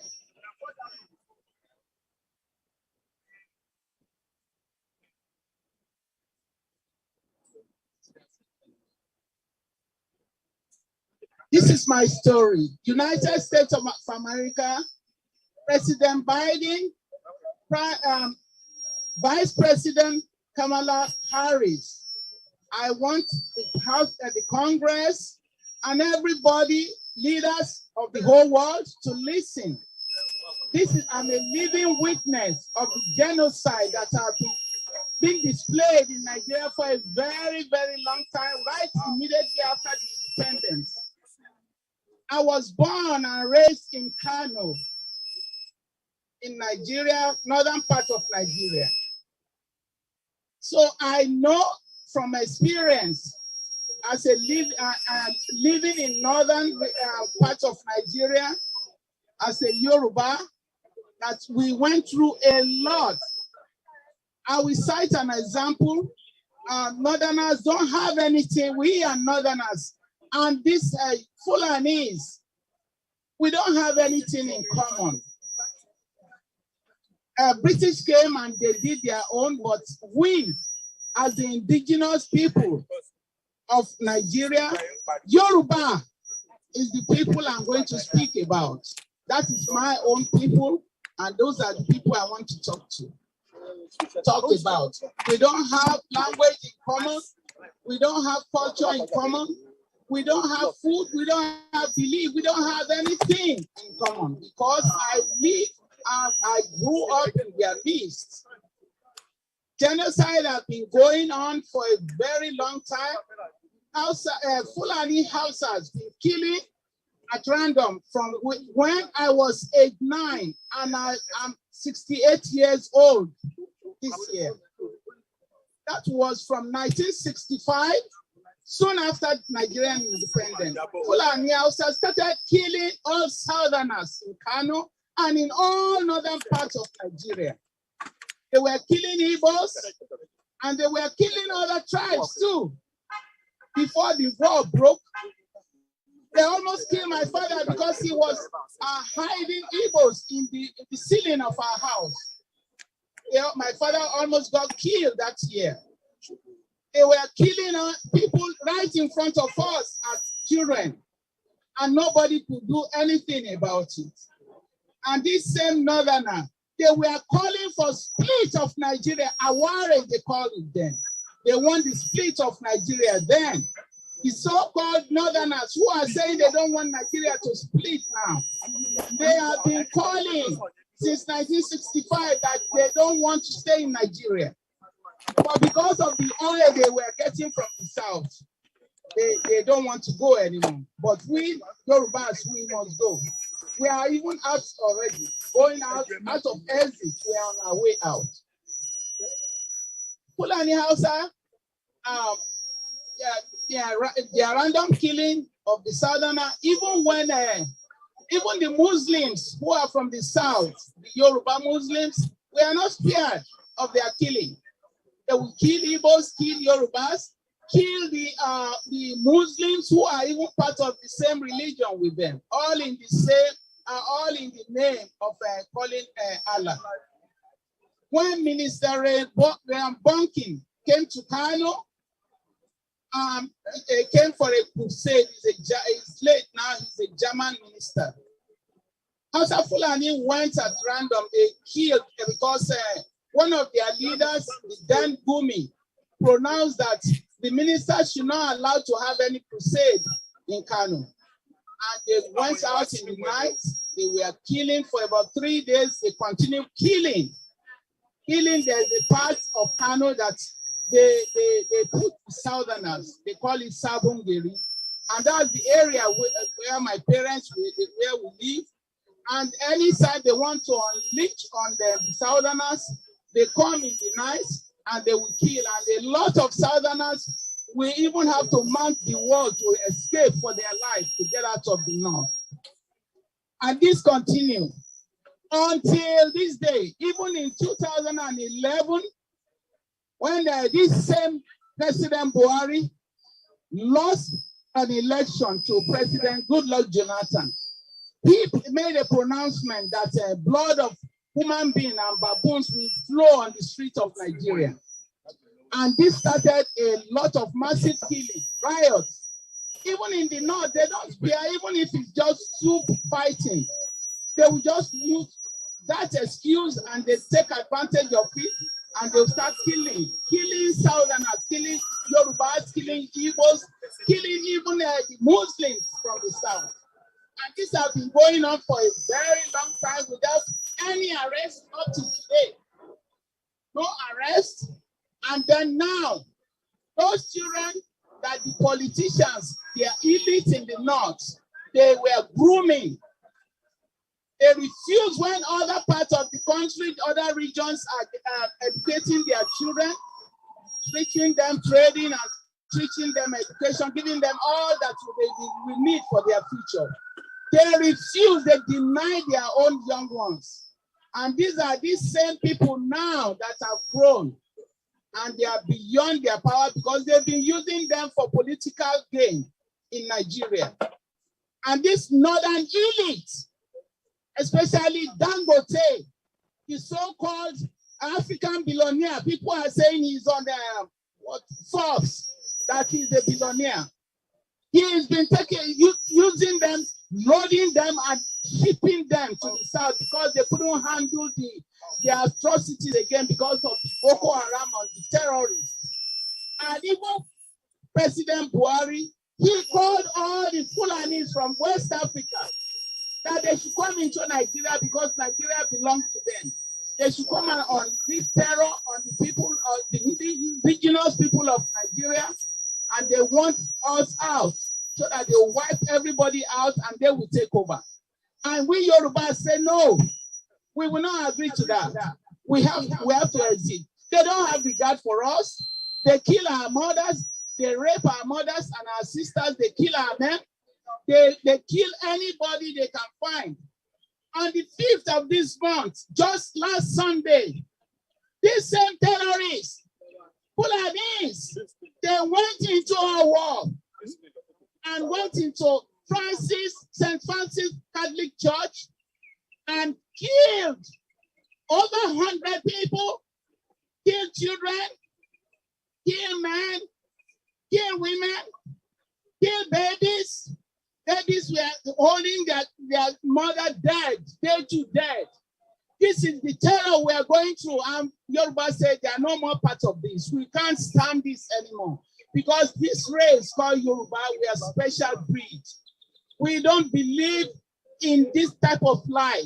We don't believe in taking other people's blood. We don't believe in kidnapping. We don't believe in killing. We don't believe in all this atrocity, criminality that they are unleashing on us in our region. They are moving them to the south on daily basis because they couldn't handle them anymore in the north. And now the criminality have continued. And that's why we say it's time for our exit to get out of Nigeria. Yoruba is ready to move out of Nigeria peacefully. We want it peaceful. But if they attack us, we will go back at them because we have to defend our land. Our land, we inherited it from our great-great-grandparents, and we will not let go. Either they like it or not, we will not let go. No matter what they want to do, we say no. This is my experience in the north. It's an on and on. If I say I should be saying it, we won't get out of here, but I just say, let me breathe it. This is my story from my experience from the north. It's time Yoruba want to exit Nigeria.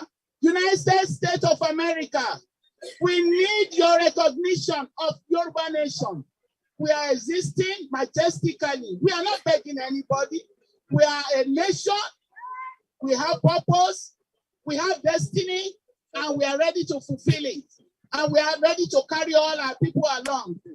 And we are saying, please recognize us, United Nations, United States of America. We believe in you because you believe in the right of humanity. And self-determination is a right, it's an international law. And we say it's time for us to exist in Nigeria. Please cooperate with us and support us. Thank you very much. Thank you.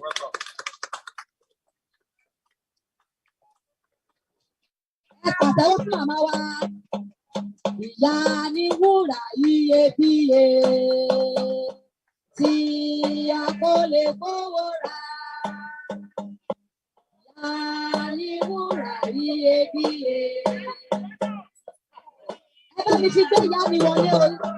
Àwọn ìyá wa kan ló ṣẹ̀ṣẹ̀ tán ìmọ̀lá wa Ògún. Màmá Ògún Sànyà Bọ́lá. Ẹ máa bọ̀. Ọmọ wa bọ́dún mẹ́ta. Ìyá ní wúrà iyebíye. Tí a kò lè fowó rà. Lẹ́ẹ̀kan sí ìyá ní wúrà iyebíye. Tí a kò lè fowó rà. Olóyún wa f'oṣù mẹ́sàn-án. Ọmọ wa f'ọdún mẹ́ta. Ìyá ní wúrà iyebíye. Tí a kò lè fowó rà.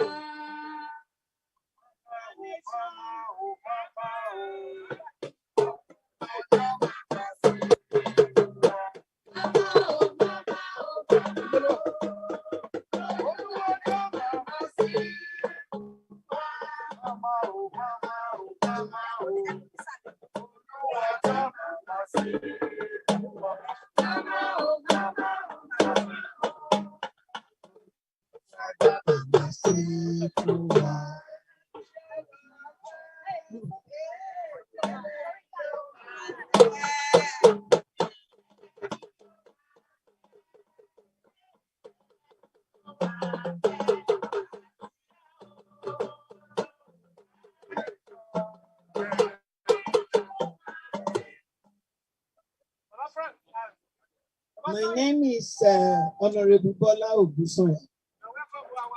I was once a politician in Nigeria in the 1980s, 84, precisely 84 to 94, during the Babangida era. At that time, it was on non-partisan basis. And I was at work, I was in my office. And I said, well, this is an opportunity for me to showcase myself, to show Nigerians that all you need to do is a selfless service to your people. I just returned from the US then. I just returned back to Nigeria from the US. So I came out in my father's ward, which was Ward 1 in Ikorodu. And believe me, it was quite an experience for me. But that 10 years, it was during that 10 years, I made up my mind. I decided, I was seeing how politics is being played at that time. Then I was in the same caucus with this Bola Tinubu and some of them, Sarumi, Agbala Jobi, Oseni, and at that time, Jakonde was the governor. Even Jakonde has to invite me and appeal to me to join their party. And I refused. I said, no. Me, I'm going on non-partisan basis, as the military president has said. And I want to prove to you that apart from party, other people can serve Nigeria selflessly and make Nigeria better. Believe me, it was very tough. It was a tug of war. And it was my experiences that made me to decide that I'm pulling out of politics. I'm going to face my career as a pharmacist. I'm a registered pharmacist in Nigeria as well as here in the US.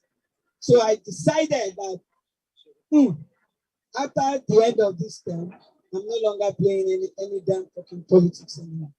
And that was what pushed me, what made me to be interested in Yoruba nation. Because I had that premonition when I was an elected official that what will happen to Nigeria. I have seen that premonition, and believe me, it's happening now. It's really happening now. So I'm here today, this morning, to intimate the United States and the international world about why we, the Yorubas of Southwest of Nigeria, known as the Westerners, has made a firm, unchangeable decision to exit from the contraction called Nigeria. I want to showcase our reasons why we must move out of this jungle. Similarly, to let you see our level of sufferings, tolerance, and perseverance for 100 years.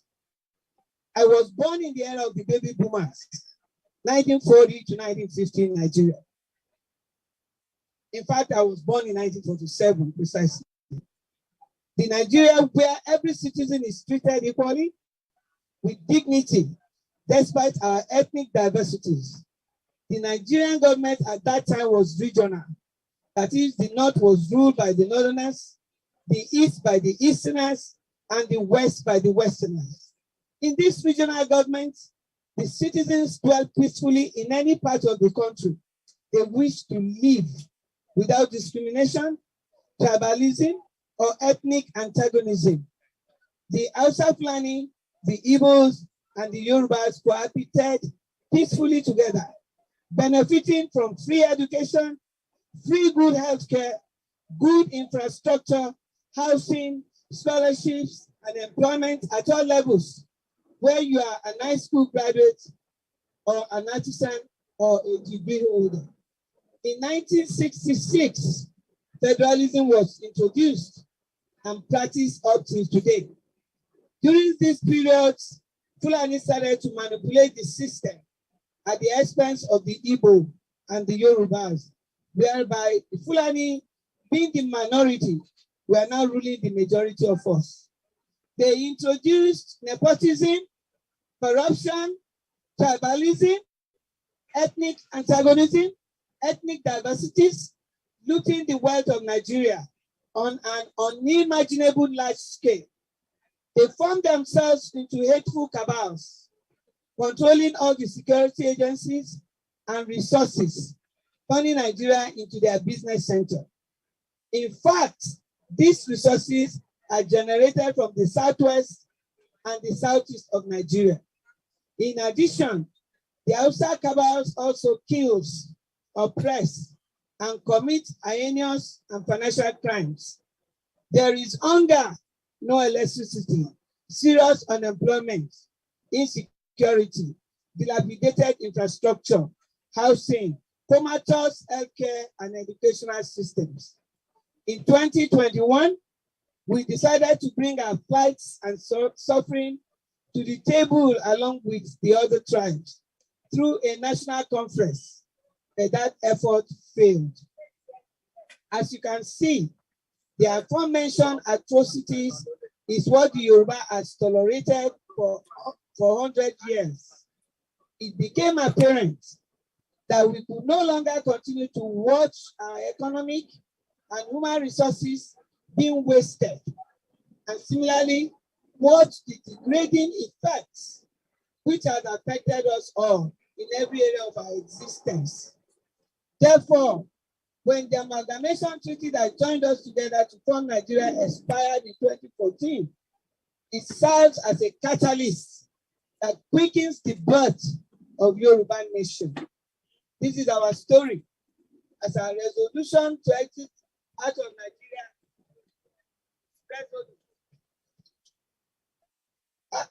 to build a Yoruba nation is absolute. The Yoruba nation where all citizens are treated equally with dignity, liberty, freedom without any human rights violation. Our resolution has come to. We humbly seek the support of the United States of America as we are asking and calling for Yoruba recognition now. Hence we say Yoruba recognition now, no going back. God bless America, God bless Yoruba nation, and God bless you all. Amen.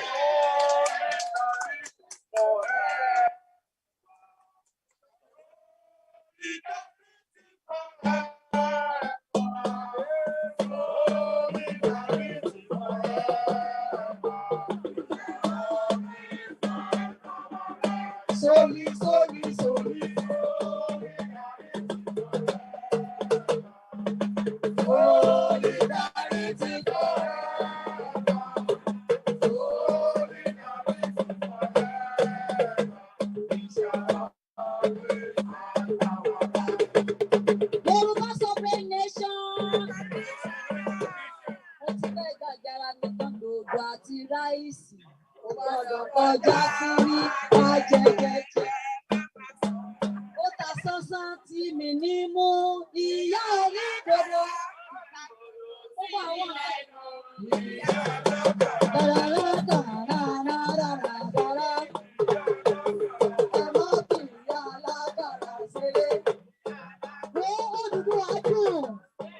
Yorùbá dùn. Àwọn ọmọ wa kan wọn ò mọ gbogbo àwọn nǹkan kan yẹn mọ́. A máa gbé mommy, what is saying? What are you talking about? Ó sì dáríjì fún Buhari, ó sì dáríjì fún Buhari. Ó sì dáríjì fẹ́ni tó bá jalè. Ó sì dáríjì fẹ́ni tó bá jalè. Ó sì dáríjì fẹ́ni tó bá jalè. Àsìkò lọ àkókò so. Àṣẹ. Ẹ jẹ́ ká tẹ̀síwájú. Everyone watching from all over the media platform, we appreciate you. Please kindly continue to share and like the broadcast. And the next on the program is a message from the heart of Baba Frank Olaleye. Àwọn bàbá wa ìṣẹ̀ṣe nìyẹn o. Ẹ bá wa pàtẹ́wọ́ fún bàbá. Ẹ bá wa ṣe kúkú gbòǹgbò.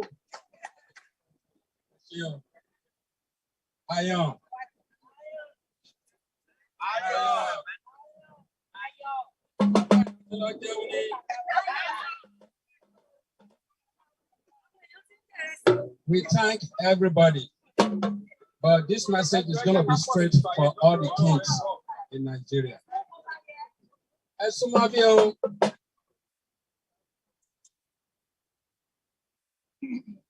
Ẹ̀rù ọmọ balógun. Ẹ̀rù ọmọ balógun bẹ̀rù pàmpà yìí ẹ̀rí ọ̀.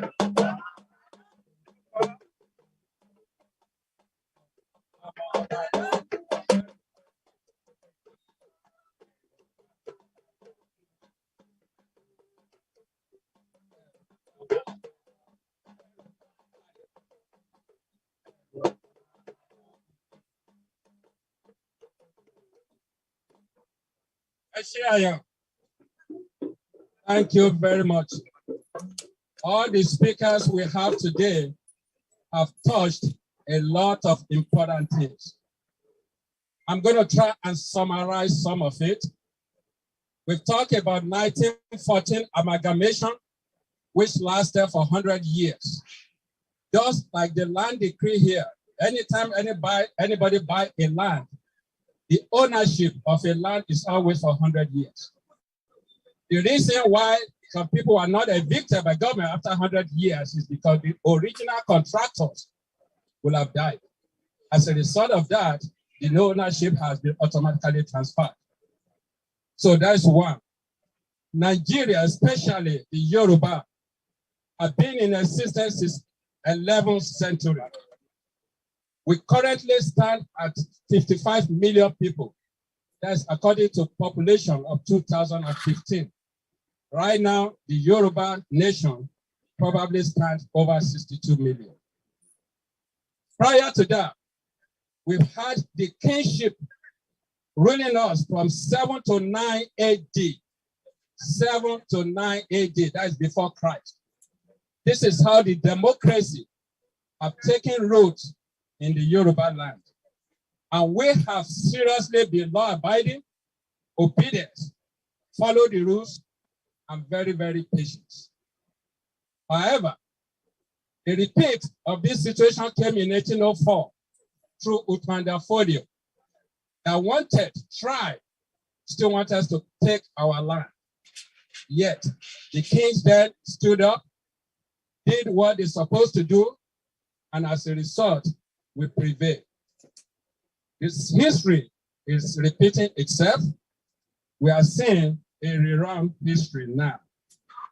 The first thing I would like to do here is to touch briefly on what put us together through the kings. I would like to call on Oba Akran of Badagry, which is our boundary between Yoruba nation and the Homi. I also would like to call on Akiolu of Lagos, Alaketu of Ketu, Olumoshin of Ayeleru. I would like to move to Ogun State to call on Awujale, Sikiru Adetono. It's time to rise up. To also call on Akarigo, the Remo, Meta de Logun, and to call the Odemo of Ishara, and Alake of Ega, and Olu of Ilaro, of Baloma Shuajogun. I moved to Ibadan, calling Olubadan, which is also a barrister. Asauja of Oshogo, Shawu of Ogbomoso, and also moved to Ekiti, where I would like to call on Ajero of Ijero Kingdom. Ewi of Ado, Deji of Akure, and Oni of Ife. Let me repeat, Oni of Ife. Nibi Ojumo Timowa, Ojaja is second. We will repeat that. Moving again to Ondo State, the Oshima way of Ondo, the Jagun of Iloluji, the Olugbo of Igbo about Frederick, that it is time for all the four corners of Yoruba nation to stand up and do what we do best. Yoruba, we are very patient, we are very kind, but they are taking our gentility and our humility as a sign of weakness. Enough is enough. The Yoruba fought the longest civil war in the whole human history. The Kiriji War, last time for 16 years, 1873 to 1892. The Kiriji War, check the history.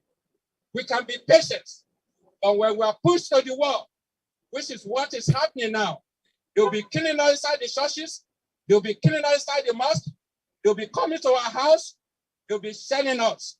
We're calling on President Biden, Kamala Harris. Every time you send people to Nigeria, please follow the covert operation. You have the resources. You have the drone. You know what we're talking about. It is time now we're calling on you to do the needful before we are all killed. As a result of this, the first time this Fulani tried it, we have people like Ogedengbe, we have Nishabi, we have Fabumi of Okemesi. All these warriors stood up. We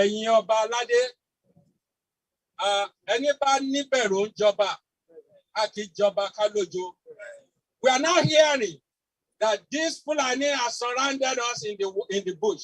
Who live in the bush? Animals. Who live in the bush? What do we do to the animals? You know what? When the time comes to push, we know what to do. One tí ewu bá jáde lọ́sàn òkété, ó máa ń forí légbó ni. Àwa la ni Ṣàngó, àwa la ni Ọya. Ẹ jẹ́ kí légbó ná mọ́ wọn lára. Ẹ jẹ́ kí igi bá igi sọ̀rọ̀. Ẹ jẹ́ kí ewé bá ewé sọ̀rọ̀. Ẹ̀yin ọba aládé, Ọ̀jájá the second. Ọ̀jájá the first came in 1874. Bàbá ọba, a pè àwọn Ládìgbòlú, a pè Odùduwà. A pè Ọbàtálá, a pè Ọbalùfọ̀n, a pè Ọ̀rànmíyàn, wọ́n ságun. Ẹ̀rù bá ń bà yín kí ẹ wí o, ẹ̀rù gbọ́mọ balógun. Ẹ̀rù bá ń bà yín kí ẹ wí o, ẹ̀rù gbọ́mọ balógun. Now I would like to say something. The position of Obas, a position of powers, but it's not a position of showmanship. We have some Obas, Tondale. Ilà dà yín. A ní àwọn olóyè tó jalẹ̀. Ilà dà yín. Òtútù wa bínú sí yín. Ìran aládé, ìran olóyè. Tẹ́ ẹ̀ bá lè dúró kẹ́ jagun fún wa. Ilà fi ń bora. Wílò ní lágbára àwọn tó nílé ayé. Ọ̀ọ̀ni òrìṣà. Ọ̀ọ̀ni òrìṣà. Òrìṣà ayé wà lọ́dọ̀ ẹ̀. Pé wọ́n kàn jẹ́ ẹ̀. Pé wọ́n kàn jẹ́ ẹ̀. Aláké. Ayé wà lọ́dọ̀ ẹ, pé wọ́n kàn jẹ́, Ọ̀ṣìlẹ̀, pé wọ́n kàn jẹ́, Síkírù, sùúrù ló gbà, ṣùgbọ́n tí sùúrù bá tán kí ló kù? Wọ́n ti léwa o, ẹ jẹ́ ká bójú wẹ̀yìn. Ọdẹ́mọ́, ogun Òkòyírì, ẹ̀rù bọ́bà, ẹ jáde. Ajero, a pè yín, ẹ jẹ́ wa. Wọ́n ní tàbá torí aládé, a jẹ́ wa. Ọ̀rọ̀ yàn, a tẹ̀wọ̀rọ̀, ẹ jẹ́ wa. Àmọ́ ibi tó wà, kíní yóò ń ṣe tuntun. Eléyìí yóò ń ṣe tuntun. Ṣùgbọ́n bọ́lá, ṣé ká máa ságun ni? Ṣé ká máa ságun ni Ṣọ̀ún, Olóṣogbo, kí ló dé? Tó ata ọjà. A mọ̀ pé máa ń ní sùúrù, ṣùgbọ́n ẹ má jẹ́ kán pa wá tán. Akírun, Ìlá Ọ̀ràngún, ẹ mọ nǹkan tó yẹ ká ṣe. Ògbómọ̀ṣọ́. A pè yín síjà, a pè yín síkú. À ń rán yín létí ńsìn pé ọ̀nà ti tó, àsìkò ti tó. Ẹ má máa jẹ́ kán dú hùhùhùhù mọ́ wa. Àwọn kan láwọn ń gbé nú igbó, kí náà ṣe nú igbó. Politicians are only temporaries. They stay for 4 years. At most, they stay for 8 years. Kingship is a dynasty. Tọ́ba kan bá kú, ìmí kì í jẹ. Ọba mẹ́wàá, ìgbà mẹ́wàá. Ọ̀ọ̀ni. Mo pè ọ ní Gẹ̀ẹ́sì. Mo pè ọ ní Láfògídó. Mo pè ẹ ní Ọ̀túnwá. Mo pè ní kejì. Odùduwà náà níní. A pè yín lónìí, ẹ jẹ́ wa. Ibikíbi tewé bá ń fẹ́, tí atẹ́gùn bá ń fẹ́, ẹ jẹ́ kó kàn wọ́n àlejò yìí. Ẹ jẹ́ kó kàn wọ́n. Ìjà Yorùbá ń ṣe jà bọ̀. Ẹ jí ẹ má sùn. Ẹ má sùn. À ń pè yín sìn. À ń rán yín létí. Ẹ mọ nǹkan tẹ́ máa ṣe. Ewé á jẹ́ o, lọ́wọ́ ẹ̀yin ìyá mi. Ewé á jẹ́ o. Àìjẹ́ ewé ò ní ṣe tiwa o. Gbogbo nǹkan tí àwọn Fúlàní fẹ́ ṣe, ẹ jẹ́ ká mọ̀ pé ọmọ ọkọ ni wá. Ẹ̀rù bá ń bà yín kí ẹ wí o. Ẹ̀rù bá ń bà yín kí ẹ wí o. Ẹ̀rù bá ń bà lókun. Now the last statement I'm going to make. There was a time when we have Ogunmola of Ibadan. We have Oluyole. Well, in Apakuta, we also have Kurumi. We have Shodeke. Akarigo, we have Kere. We have Kere Akarigo. Ijebu, we have Anofuwokon. And there was a leader, Chief Obafemi Awolowo. For 6 years that he held a government. That's the history majority of us have been mentioned. We have free education. We have road. We have the first television station in Africa. And we have the first Nobel laureate in Yoruba, Professor Wale Soyinka. We are law-abiding. But these people come to destroy us. They remove history from our education. They completely destroyed education. When you take education out of people, what else is left? It's nonsense. So that is why we're calling the United States government to come to our help, to listen to us. Most of us have been here 40 years, 35 years. We are happy to be here. We follow the rules of law. We go home, we see our family. Now, anytime we go now, we'll be killed. A lot of people are being killed innocently. Going to people's houses, killing them. Throw mustard inside the churches. Please, United States government, come to our aid. Enough of the time of thinking of saying you don't know. We know you knew. We know you know. We are asking you, and now you know that we know you know. Please help us. Thank you very much.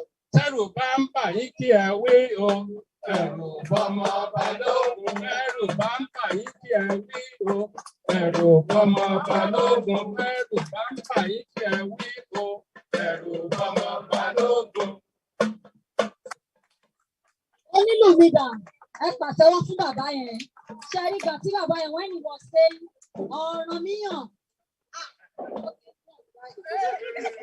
Ọ̀ràn míyàn o. Ó pe àwọn bàbá ńlá wa, Ọbàtálá o. Yé mọ́já o. Yes. Yorùbá ti dúró. Àbí kí ni bẹ?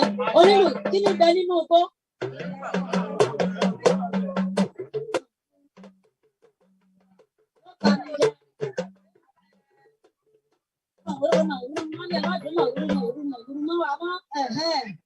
Torí náà, ọmọ Oòduà dìde, wọ́n sì kó ẹ̀tọ́ rẹ̀. Àwọn ní ìmọ́lẹ̀ ògo àdúrà. Ẹ dìde dìde ọmọ Oòduà dìde yé bẹ̀rù mọ́, wọ́n sì kó ẹ̀tọ́ rẹ̀.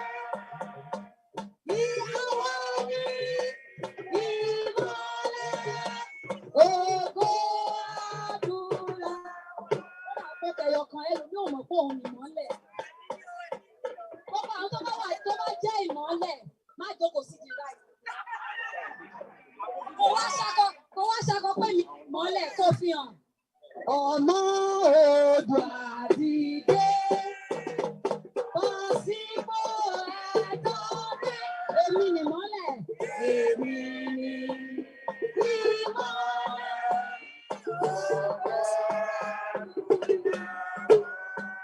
Àròjọ́ mú ti olókùn ó ga. Bọ̀tẹ́lẹ̀ ìta ṣe lé ní àṣẹ ti gùn. Atẹ́gùn tí Ọlọ́run dá ó ti gbé lọ sílé àṣẹ.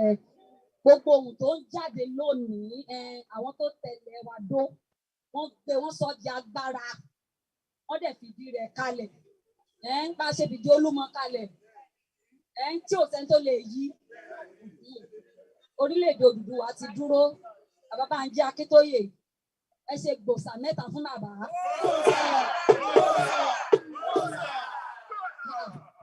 Bàbá Bánjí Akíntóyè, odidi alànà, bàbá alànà. Mo ní ẹ ṣe gbòòsà mẹ́ta fún bàbá.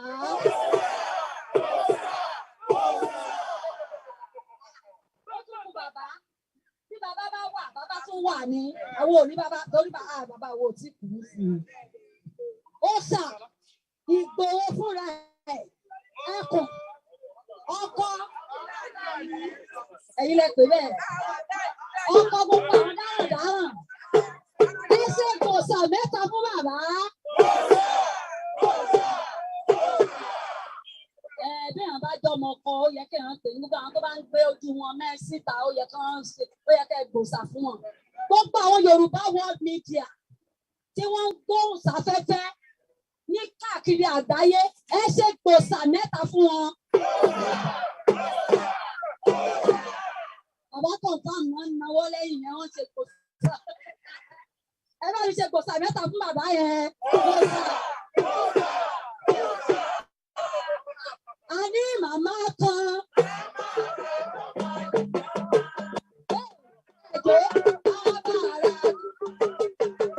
Òfin wá ṣeré. Ojoojúmọ́ lè jáde. Ẹ wá ṣe sùúrù sómi ọ̀la kankan ní ẹ̀ má bínú. Ohun tó bá yẹ ká ṣe ó yẹ ká ṣe bó ṣe yẹ ká ṣe. Ṣé ẹ mọ̀ wípé àwọn kan máa expect pé wọ́n ní protest orí wọn ti pa àwọn èèyàn àti sunkún. Màmá ẹ̀ wá sọ pé ní ìlú tá a gbé wá yìí àwa ṣòwò wà ní àfi ń sọ̀rọ̀ àfi ń bá wọn sọ̀rọ̀ agbára àṣẹ ń bẹ nínú ìlú wọn. Bàbá wa ní a ní àwọn kan tó jẹ́ wípé àwọn òfin ipò tán ní bojú kan sá lọ ó yẹ ká gbòòsà fún wọn. A ní màmá kan. Màmá. Àwọn ilé ọ̀ṣọ́ nídìí ìyàtọ̀ ń dójú olóṣèlú kiri. Àwọn nídìí ìbàjẹ́. Kò jẹ́ bí wá ṣeré. Ọ̀sán mẹ́ta fún àwa wa. Ẹni sùúrù ara yìí ti ń gbọ̀n jù. Màmá wa Onítìrí Modúpẹ́ Abíọ́lá gbòòsà. Ṣé ẹni obìnrin ló láyé o? Ẹni bá ní kò sí wa ẹrù ẹ kàn pa í ni. Màmá lẹ rí yẹn o. Màmá lẹ rí yẹn o. Màmá lẹ rí yẹn. Ẹ dúró. Ẹ má dá wàhálà lẹ́ o. Ẹ má dá wàhálà lẹ́ o. Àwọn obìnrin Oòduà àgbáyé ẹ bá mi ṣe gbòòsà mẹ́ta fún wọn. Gbòòsà. Àwọn yèyé. Bàbá wà ń bí.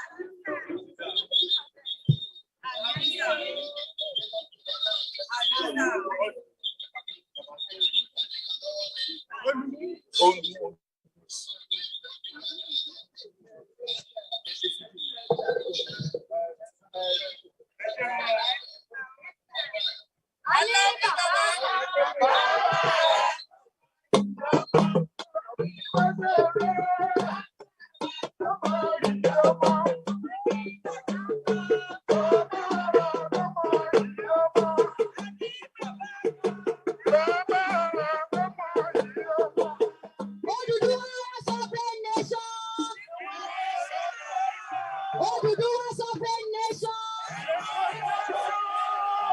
Yoruba sovereign nation. Recognition nìkan mo fẹ́ máa gbọ́ ìfẹ́ máa fàgùn. Recognition now. Yoruba sovereign nation. Recognition now. Yoruba sovereign nation. Yoruba sovereign nation. Last kò sàkí má ṣojú ṣáájú àwọn bàbá wa náà wà gbogbo bàbá Oòduà àgbáyé àti gbogbo àwọn ọmọ Yorùbá nation tó ń dúró tán. Ẹ ṣe gbòòsà lẹ́tà fúnra yín o. Gbòòsà. Now I call on one of our bàbá here. Where is bàbá o?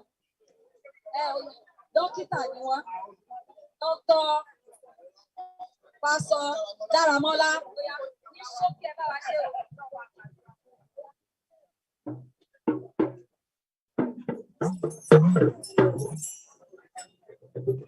Yoruba nation.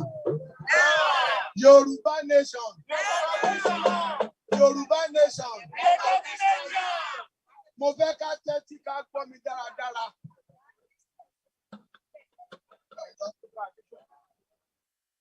Ẹ jọ̀ọ́, ní Nàìjíríà tí à ń sọ̀rọ̀ ẹ̀, kò sí nǹkan tó ń pè ní freedom of speech. Kò dẹ̀ sí freedom of expression fún àwọn kan. Ìwọ tí o bá ti ń ṣe ọmọ Fúlàní, tí o kì í ṣe bòròró, o ò ní freedom of expression. If you are not from the northern part of the country, that is, you are not a Fulani or Bororos, you have no freedom of speech, you have no freedom of expression. If you dare say what is not right in their own hearing, you will be caught, you may be killed, or even jailed. So this is what has been going on majorly in Yoruba land. A lot of our people are being killed.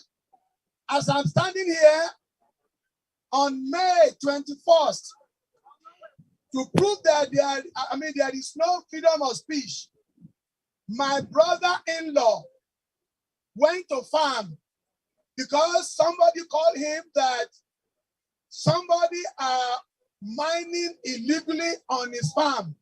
So on getting there, the Fulani people gunned him down. That was May 21st of this year. So, and so many people like that have been killed. So I know that the United States of America, you believe so much in freedom of speech. You believe so much in human rights. There is nothing like human rights. There is nothing like freedom of speech. So we are beckoning on you. We are asking you to help us in whatever capacity you can help us. And I believe strongly that you can do it because you are already doing it for Ukraine. You did it for Afghanistan. And you did it for so many other nations. So Yoruba nation should not be exceptional. So please and please, President Joe Biden and the cabinet, see to our situation. If you don't want every one of us to be killed, we have family back home and they are living in fear. Help us and the Lord will bless you.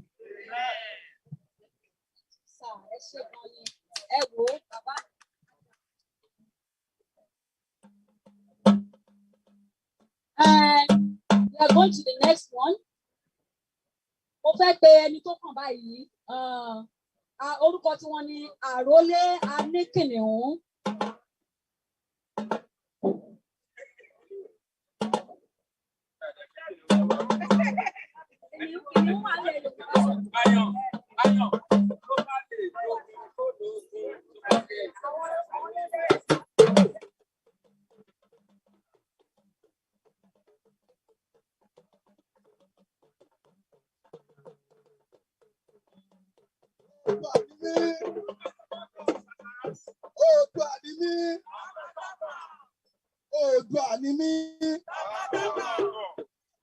I joined OPC in 1996. The slogans have been down on our empire. But àwọn olóṣèlú ti hijack ọ́fíìsì Ọlọ́run á gbà fún wa. Mo dúpẹ́ lọ́wọ́ ẹ̀yin bàbá mi àtẹ̀yin ìyá mi àti ẹ̀yin tí a jọ jẹ́ ẹgbẹ́ àtẹ̀yin tí mo jù lọ. Mo dúpẹ́ o pé àwa kan dìde. Nǹkan tá a ṣe yìí gangan ni àwa tí a dúró tán. Mo ṣe pé ká bọ́ sórí platform WhatsApp ká máa sọ̀rọ̀ lórí ọ̀pọ̀ ẹ̀rẹ̀. Ó di pé kan tún dáwó, wọn á ní àpò owó ibo ni owó lọ, wọ́n dẹ̀ ń pa àwọn èèyàn. Ẹ̀yin ìyá mi tẹ wá bí gbogbo àní fi ojú sunkún ọmọ o. Ṣẹ́rí àwọn àdúrà kan wà kò ní ìdìkàkúnlẹ̀ ká tó gbà. Òun ni ọ̀rọ̀ tí àwọn Fúlàní ṣe lọ́wọ́ báyìí. Àwa ò kó ogun bọ̀ tó ogun ti dé. Mo dẹ̀ tún fẹ́ fi àsìkò yìí dúpẹ́ lọ́wọ́ gbogbo àwọn ọlọ́dẹ wa nígbà tí ìṣẹ̀lẹ̀ ọ̀wọ̀ ṣẹlẹ̀, wọ́n dúró tán. Mi ní sọ́tọ̀ ni obìnrin òun gbọ́gbóró, but ọ̀wọ̀ a máa jẹ́ fún wọn. Ṣé rí gbogbo wa a ní láti ránṣẹ́ sílé. Ẹ jẹ́ ká pe àwọn èèyàn wa kí wọ́n lajú. Ogun ti dé. Ogun eléyìí ò ṣe pé ogun yìí tá a fẹ́ gba ilẹ̀ Yorùbá. A fi ogun gba ilẹ̀ Yorùbá. Ẹ má jẹ́ kí a kó pọ̀. Ogun wípé Haúsá fẹ́ lé wa kúrò lórí ilẹ̀ wa, ilẹ̀ bàbá wa. Fúlàní ìkankan náà ni wọ́n sìn. So àwọn tó rán wọn lọ́wọ́ ní gbogbo bẹ̀yẹn.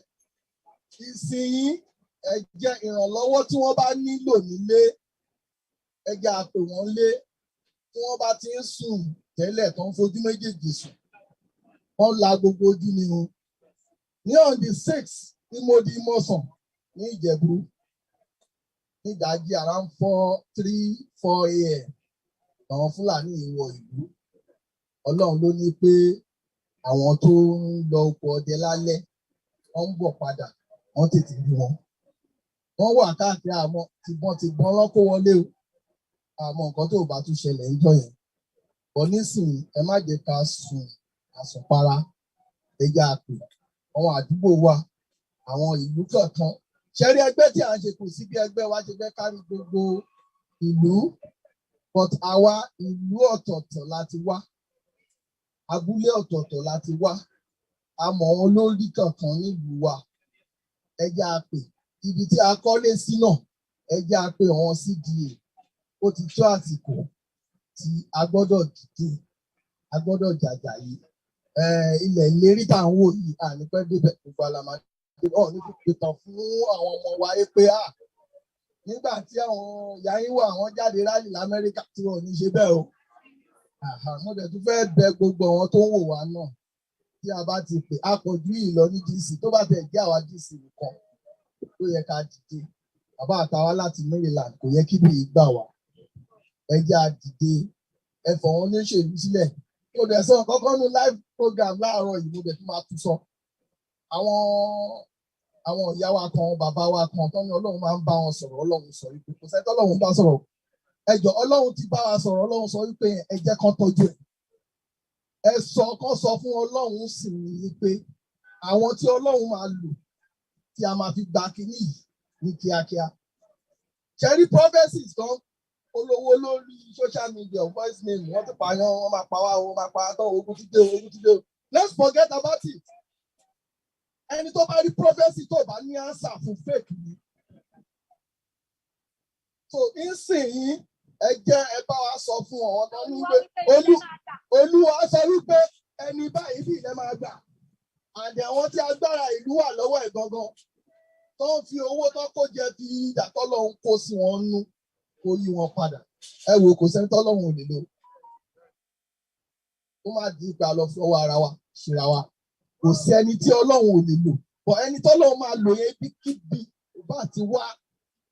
Ọlọ́run yí wọn kó kó sí wọn nú. Kí n tó lákòótán àwọn ìyá wa ní fẹ́ bá sọ̀rọ̀ ẹ jọ̀ọ́ torí Ọlọ́run. Tí a bá ti ṣe èpè fún àwọn ọ̀dàlẹ̀, wọ́n ní ìka tó bá ṣẹ̀ ló máa ń gé. ẹ jọ̀ọ́ nítorí Ọlọ́run ẹ má máa ṣe èpè kí pé àtọmọ àti ìrandíran wọn. Ṣé rí àwọn èpè kan wà tó jẹ́ pé àwa yìí orí mọ́ǹtè la ti ń jà. Àyè gbàdúrà. Àwọn ọmọ tó ì tí ì bí láti ṣépè fún. Tí wọ́n bá bí tọ́mọ tí yín náà bá dàgbà wọ́n máa fẹ́ra wọn. Ẹ wá máa gbàdúrà. Ègún látòrí ègún kan. Ṣé rí àwọn ọmọ yẹn ò mọ nǹkan kan? Àwọn òbí yìí ní problem. Àlùmọ̀rú fọ̀dá wọn máa sọ níta ni wọ́n máa tẹ ọwọ́ bọ ìwò díẹ̀ tó nínú. Ìgbà táwọn alẹ́kọ̀ọ́sẹ́ tó ṣe tàṣà èmi ṣe bí pẹ̀lú gọ́ọ̀mẹ̀ dáadáa. Oníkálùkù dẹ̀ mọ̀ nǹkan tó ń rí ń bẹ̀. Bọ̀ ìgbà tó lọ́wọ́ dẹ̀ ti yí wa padà. Ẹ má jẹ́ ká máa ṣépè fún ìran tí ò tí ì wà. Tó máa di pé èpè máa jà. Ẹni tó bá ti ṣépè. Àrólé ìwọ ló dalẹ̀ Yorùbá nǹkan báyìí ló máa jẹ́ fún ẹ. Bẹ́ẹ̀ ni, tọ́tẹ̀ jẹ́ ká mú ẹnu mọ́ nìyẹn. Ẹ má máa jẹ́ ká máa sọ yí pé inú bíbélì ní ìrankíran ìran yẹn yìí ń jà àyíwò bá ṣe fẹ́ bọ́nú ẹ̀. Ẹ máa wọn màmá mi ó yẹ kó ti jókòó lẹ́sìn àyíwọ́n yìí ṣe caregiver àti amúwánú kọ́ọ̀sì caregiver àwọn ọmọ pàdé ìyá kan 75 years ó wá ṣe CMT CMT ìyá yẹn ó ṣẹ̀ wá ń ṣe exam ó fẹ́ lọ máa tọ́jú arúgbó. So ẹ jọ̀ọ́ ẹ jẹ́ kí àdúrà wa ẹ jẹ́ ká máa ṣe díẹ̀díẹ̀. Odò àgbè wa o kò ní gbọ̀dálẹ̀ ẹ ṣe.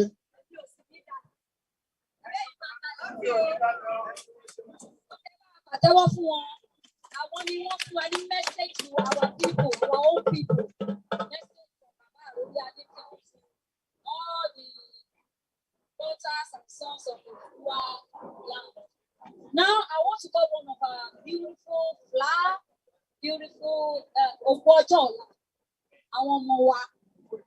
Ogbo èmi, Ogbo ẹ̀la. Ogbo ọjọ́ gbogbo. Torí kò ṣe ọjọ́ ọ̀la nìkan. Kọ́ bẹ̀rẹ̀ sí lo ògbó wọn báyìí. I want to call upon our beautiful daughter, Esther. Where is she? Ó ní láti sá eré láti ilé ìwé ẹ̀. Òun náà wá ṣe ojúṣe tiẹ̀, ó dẹ̀ ń padà lọ sí school. So let's give her the opportunity to speak her mind to the United States of America and the government. Ẹ bá wa pàtẹ́wọ́ fún o. Oríwo náà máa kó fáwọn ọmọ.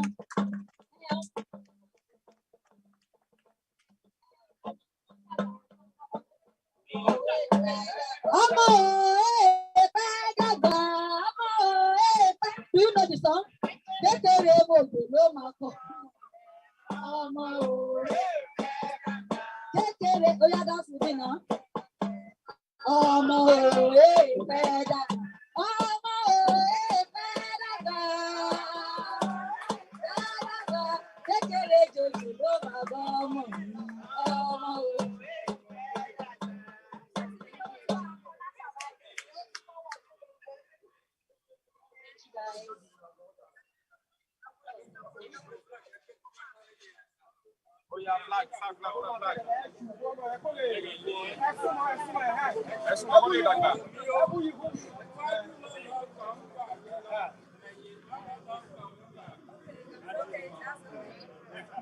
Good afternoon, everyone.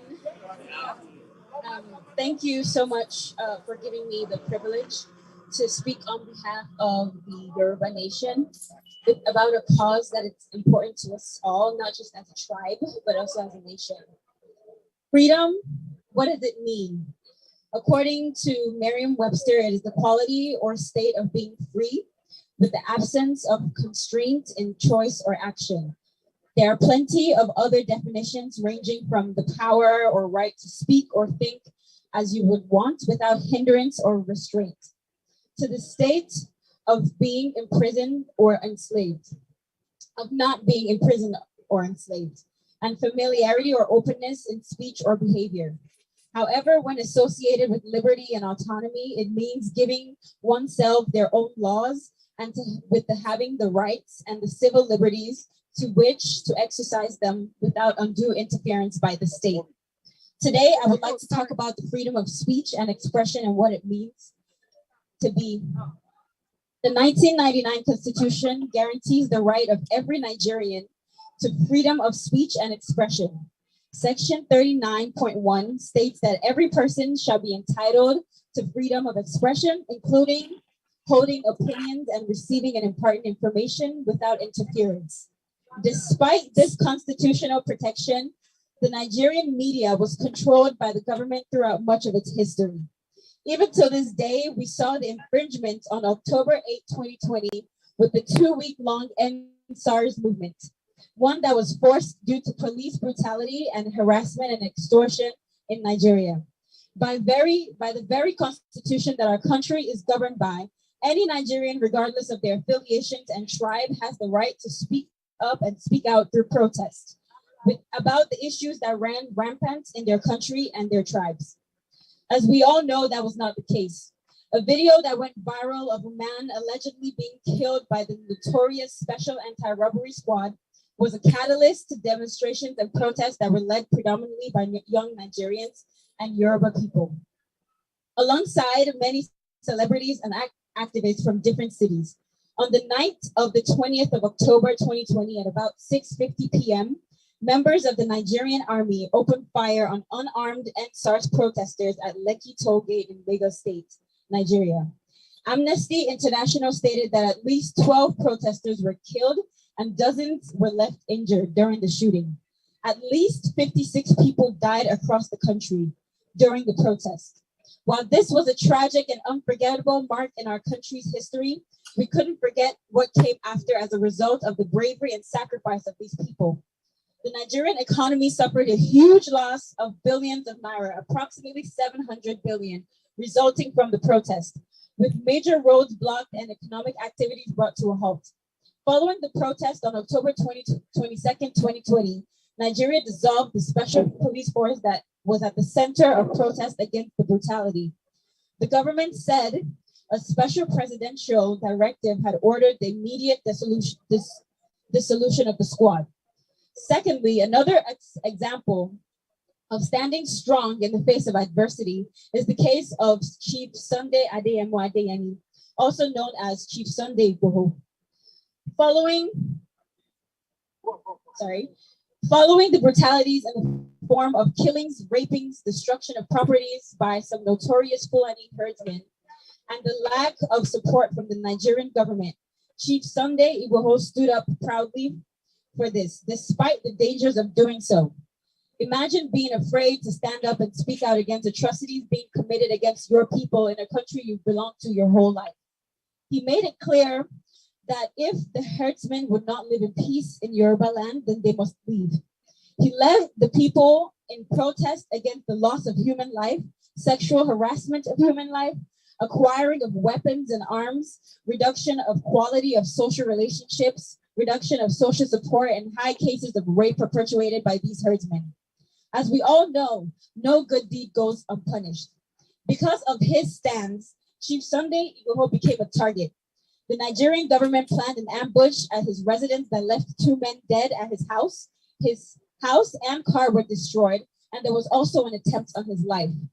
However, he succeeded in escaping to Benin Republic. He would have been kidnapped and killed if the Benin Republic did not refuse to extradite him. Chief Sunday Igboho's bravery lights a match of courage to us all to always stand up and speak out for what we believe in, despite who tried to stop us. I would like to leave you all with this charge. There is a lesson to be learned in the examples that I just mentioned. Although there was great and fatal pushback from the governing forces in Nigeria, the people and activists were still able to achieve their goals, not only to dismantle the special police force designed to help the citizens that ended up taking laws into their own hands, and to lead the people in fighting back against a group of people that perpetuate violence against them, also known as the Fulani herdsmen, but also to bring worldwide awareness to the brutality that was being endured by young Nigerian citizens, and particularly by the Yoruba people. SARS and the Nigerian government tried to take away the voices of the citizens that they were tasked to protect. They tried to take away their freedom, not only of speech and expression, but also their lives. While they succeeded in the latter plenty times, they failed greatly in silencing their voices. Many paid with their lives, and people showed resilience as they came together to lead and achieve a common goal. The road may be long and it may be hard, but the dream and a goal of a thriving Yoruba nation free of censorship and insurgency is not impossible. Thank you all for lending me your ears and listening with open minds. Thank you.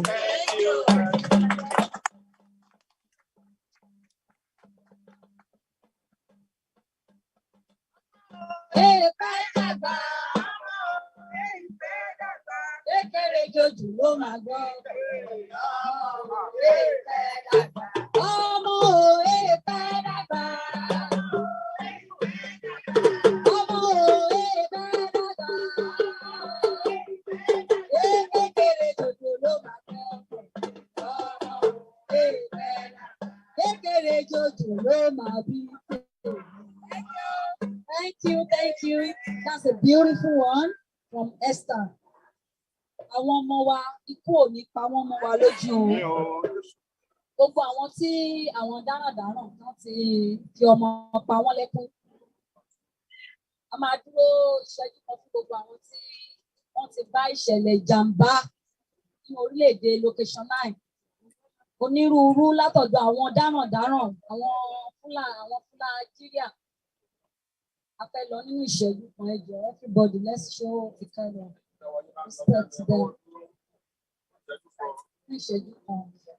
Gbogbo àwọn tí wọ́n ti pàdánù ẹ̀mí wọn nínú pé ìjọba ìkà la wà lábẹ́.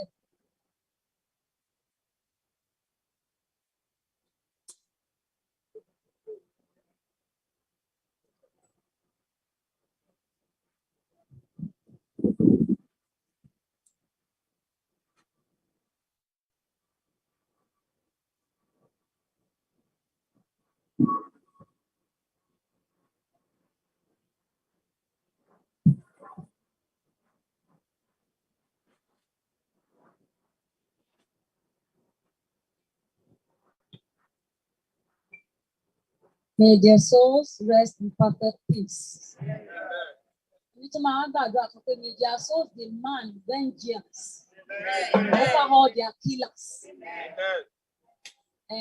Àwọn ilẹ̀ tó gbẹnu tó lanu láti gba ẹ̀jẹ̀ wọn. Gbogbo ilẹ̀ tó lanu láti gba ẹ̀jẹ̀ àwọn aláìṣẹ̀.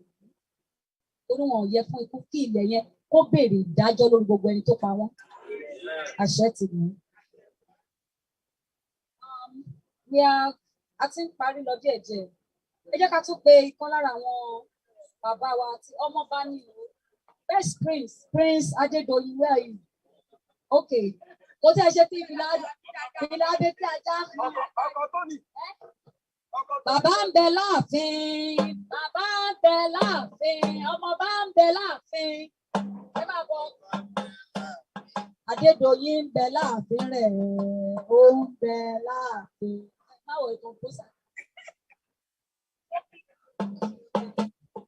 Yoruba nation. Yoruba nation. I really commend the organization and then the committee that summoned this mega rally. I really commend them. May God help them in Jesus' name. As we are waiting for United Nations for the recognition of Yoruba nation, the alliance country would like to notify them what is going on in Nigeria, Cuba, Australia, a country like Brazil, and Israel. We want to call the attention of the whole world to see the uncontrolled hunger and starvation due to the high level of unemployment in Yoruba land. It is saddening on unexplained level. All our agro-allied industries that are meant to employ our youth are no more in existence. The money generated from Yoruba land, taxpayer, that's supposed to use to create jobs are evenly shared by politicians, and all our youth are neglected. It is obvious that when the third world country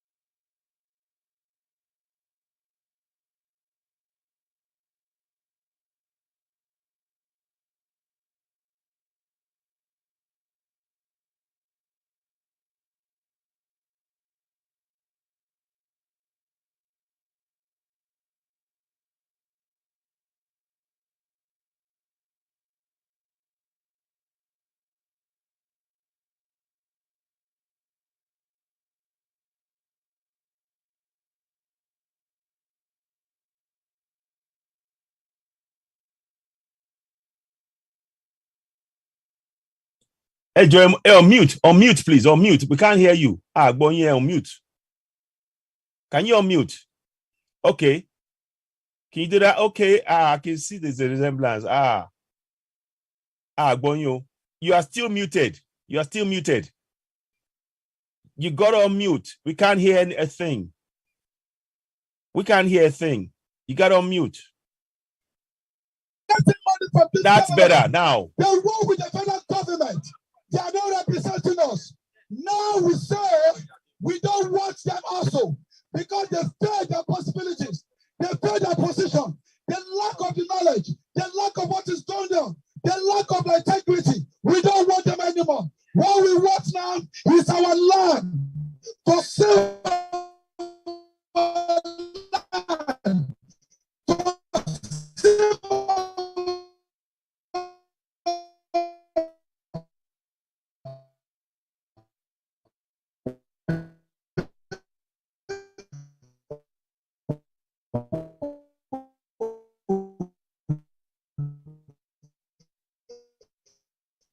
Àmọ́ bóyá network ni o, but kíní ọ̀hún ṣe bákan ẹ ṣáà mú sùúrù, ẹ má bínú.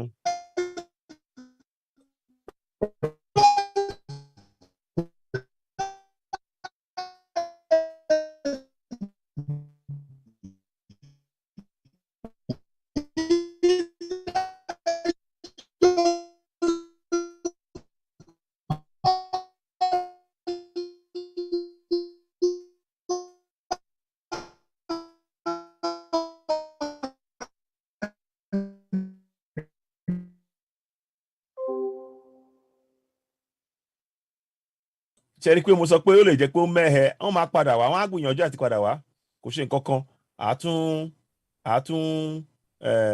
tán máa tún padà wá, tán máa lè padà wá. Wọ́n ti ṣe wákàtí méjì kan mélòó kan lórí ètò yìí, kò ṣe nǹkan kan, tó bá ṣe é ṣe, tó bá yẹ pé ó mẹ́hẹ ń sìn, àtún padà wá, kò ṣe nǹkan kan. Àmọ́ ọ̀rọ̀ tí mo fẹ́ kí a mú dání, àwọn kan ti sọ ìmọ̀sán ní Ìjẹ̀bú Òde, ìmọ̀sán, IMO SAN mo fẹ́ sọ àwọn abidi wa léde wa, àwọn màá gbìyànjú, màá kọ síbi kan, màá lè ṣàlàyé ẹ̀. Mo fẹ́ gbìyànjú ká máa sọ èdè wa pátápátá látòkè délẹ̀, torí ibi tá wà ń sìn, a fẹ́ kí kíní yìí kó ká sọ jí pátápátá ní kọ̀ọ̀kan wa, nítorí ó dẹ̀ máa gbé wa délẹ̀ lérí nìyẹn. Tá bá ti ń sọ èdè yẹn, tá bá ti ń sọ báyìí, ṣe a ti ń padà sọ́dọ̀ àwọn sí ọ̀rọ̀ ìbílẹ̀ wa àtàwọn alálẹ̀ wa, wọ́n dẹ̀ máa gbé wa lẹ́yìn, wọ́n dẹ̀ máa sọ wá jí, torí a lè dáṣe kínní, kò ṣeé dáṣe, igi kan ò dáṣe gbó, tó bí òwe wájẹ́ yẹn gbà. Ibi tí ọ̀rọ̀ wà là ń sọ yìí, a ní lọ́wọ́lọ́wọ́ ta wà báyìí, àwọn kan ń sọ lè ní ẹgbọ́ tí wọ́n ń sọ pé ní Banana Island, pé púpọ̀ nú àwọn tó wà ń bẹ̀, àwọn bòròró yìí náà ni, bẹ́ẹ̀ ilẹ̀ wa ni o. Ẹ rí pé nǹkan ń bẹ, torí náà ẹ jẹ́ ká gbìyànjú láàrin ara wa ká ṣe òbò. Ẹ má dúró pé bóyá owó kan, ẹ jẹ́ kí n sọ kíní kan, ṣe rí wọ́n ń kó àwọn nǹkan ọ̀gùn yẹn wọ́n gbé wọlé, tó ń gbé wọlé yẹn wọ́n dẹ̀ ń lo mọ́tò arákùnrin kan tó fẹ́ dá ilé, tó fẹ́ ṣe ilé, tó máa fi máa ṣe epo, tó máa fi máa wà jáde kúrò nínú ilẹ̀ wa. Ọkọ̀ yẹn ni kẹ́ kọjú sí. Tẹ́lọ̀ mi yẹn, tẹ́ bá ti rí ọkọ̀ yẹn tó bá ti ń lọ, ìkọ́nú méjì ló máa jẹ́, nínú kó máa kó àwọn tó fẹ́ wá, àwọn ọkùnrin tó fẹ́ wá, àwọn tó máa lò láti fà ṣe wá ń jàǹbá nínú ilẹ̀ wa, àbí nǹkan irinṣẹ́. Méjèèjì yẹn wọn ò gbọdọ̀ kúrò nílẹ̀ wa. Tẹ́ bá ti rí bẹ́ẹ̀, tẹ́lọ̀ mi yẹn, wọn gbọ́dọ̀ kúrò. Eléyìí kì í sọ̀rọ̀ ọlọ́pàá, kì í sọ̀rọ̀ àwọn oníkàkí, ọ̀rọ̀ àwa ara wa lélẹ́yìí, sọ̀rọ̀ mi yẹn, ọ̀rọ̀ àwa ara wa lélẹ́yìí. Torí náà tẹ́ bá ń dúró pé kò sí nǹkan kan, ó ń bẹ púpọ̀, ń bẹ owó wa ló ń lò, ẹjọ́ oyè yín o, tó ti yé yín tí mò ń sọ, jẹ́ ká fi lè bẹ́ẹ̀, ó ti tán, ó ti yé yín, mo rò pé ó ti yé wa bí tá à ń lọ, ó ti yé yín, ó ti yé yín. Mo mọ̀ pé fi gbogbo ẹni sọ̀rọ̀, a sọ nǹkan kan, a kàn ní ẹ ṣáà mójútó àwọn tí wọ́n tẹ́ bá ti rí ẹ má jẹ́ kán dúró ẹ ṣáà má jẹ́ kán dúró sádùúgbò yín ẹ má jọ dúró wọ́n ti padà wọlé sí máa ṣe báyìí. They are watching our people to die. They are watching our children to die. They are watching our women to be raped. They are watching our fathers to be killed like a slop and like a goat. And the people keep quiet and do anything. American government, we call on you. Enough is enough. Enough is enough. We don't have home to go to anymore. We don't have any place to call our home again. Because it is not safe for us to go. It is not safe for our people back home. Our people did not have any hope again. We are the hope of our people back home. We are the mouthpiece of our people. We are the voice of the voiceless. We are the power of the powerless people. We are standing here today to tell the whole world, to let them know that Nigeria is a zoo. Nigeria is a zoo. Nigeria is a zoo. We don't want that country anymore. We need our own country. What do we want? What do we want? Recognition. Yoruba nation. We want recognition. Yoruba nation. Recognition now. No retreat. No surrender. No retreat. No surrender. No retreat. No surrender. Solidarity Forever. Solidarity forever. Solidarity forever. We power by our right. Solidarity forever. Solidarity forever. Solidarity forever. We shall live by our right. Solidarity forever. Solidarity forever.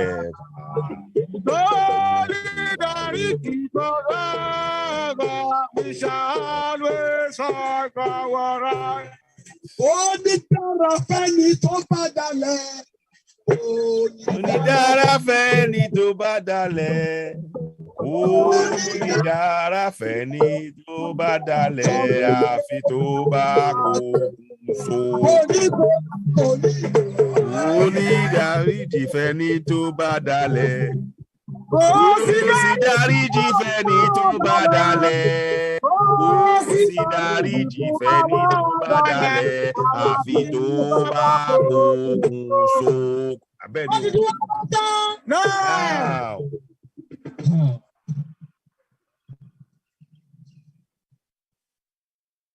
Networking. Ó fún wọn wà lánìí, but ẹ má worry. Thank everybody for coming. This is so memorable that people can leave their comfort zone and decide to do this for prosperity and decide to do this for our children. I know previous speakers have said so much, and I know my Honorable General Secretary must have touched on some of the things I want to say here today. They asked me to say something on enslaving Yoruba in Yoruba land. Enslaving Yoruba in Yoruba land.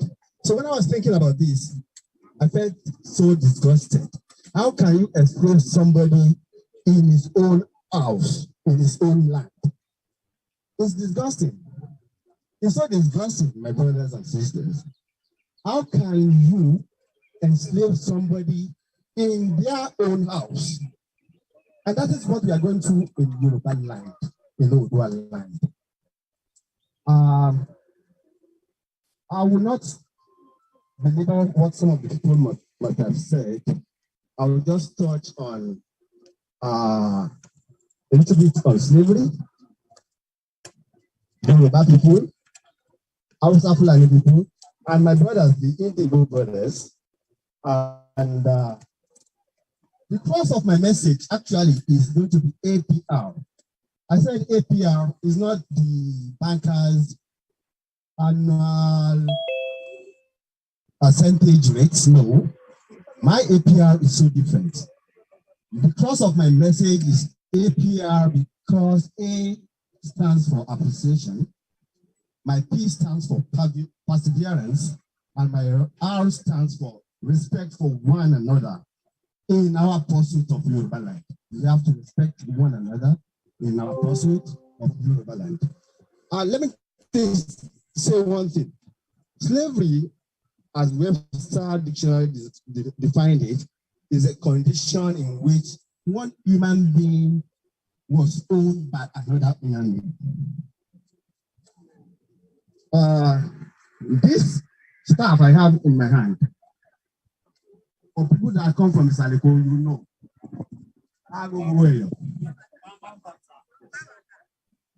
when we say you say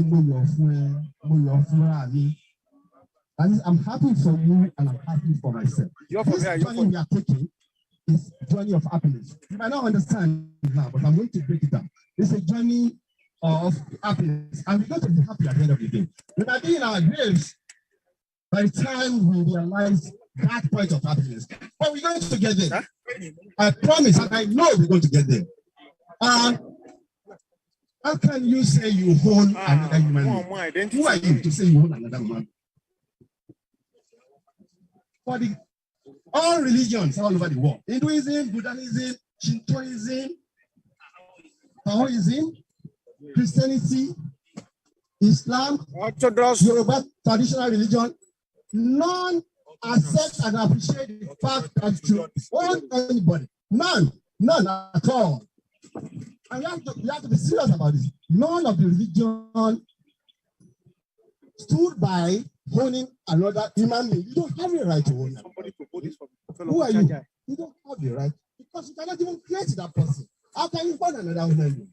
And we know that it is human nature, it is human tendencies to want to assert your rights, your power over another human being.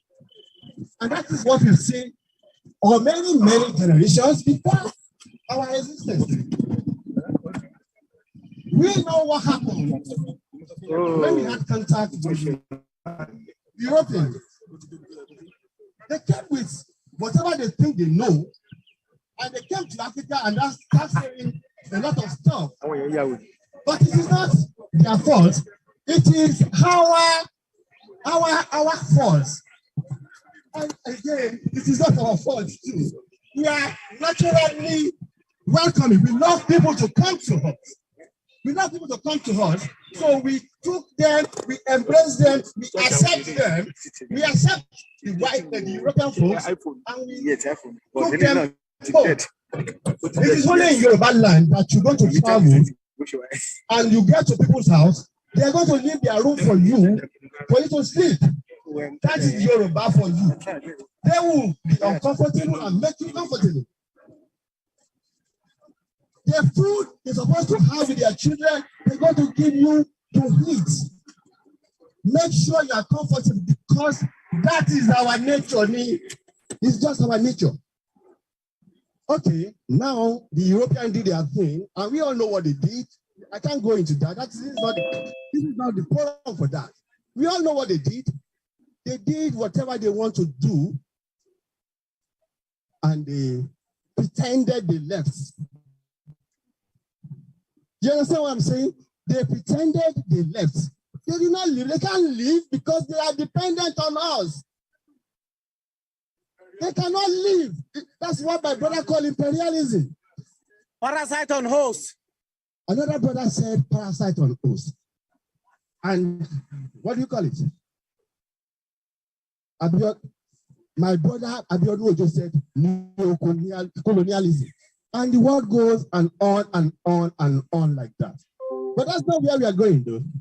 Today, we need to address who are we as the people, that is Yoruba people. Who are the people that are allowing other people to oppress the Yoruba people in Yoruba land? If you permit me, I want to start digressing, no, not digressing really, but I want to start communicating with you in my language, in Yoruba language. But before I do that, I want us to remember one thing. I was challenging myself a few weeks ago. I said, can I write an essay, 1,000 words in Yoruba? Just myself. I have a book, put a book on this side, put another book on this side. On this side, I want to know the diction, Yoruba diction that I know, that I can write down. On this side, I started writing the English diction that I know from my library, from my head. How many English vocabulary can I write? It is so unfortunate and it's so sad that the number of Yoruba words I can write is so little compared to the English words I know. It's very, very unfortunate. And you know, even our generation is better. We can at least write 1 or 2 pages of letters to our friends. Our children cannot write a letter to their friends in Yoruba. Some of them cannot even send text messages to their friends in Yoruba. So where are we going? We are dying. We are getting close to our deaths, right? So what will have become of the Yoruba race? When we have our children that cannot even write a letter in Yoruba. And for people that understand humanity very well, you all know that if you are losing your language, you are losing yourself as a people. Yes. You are losing everything.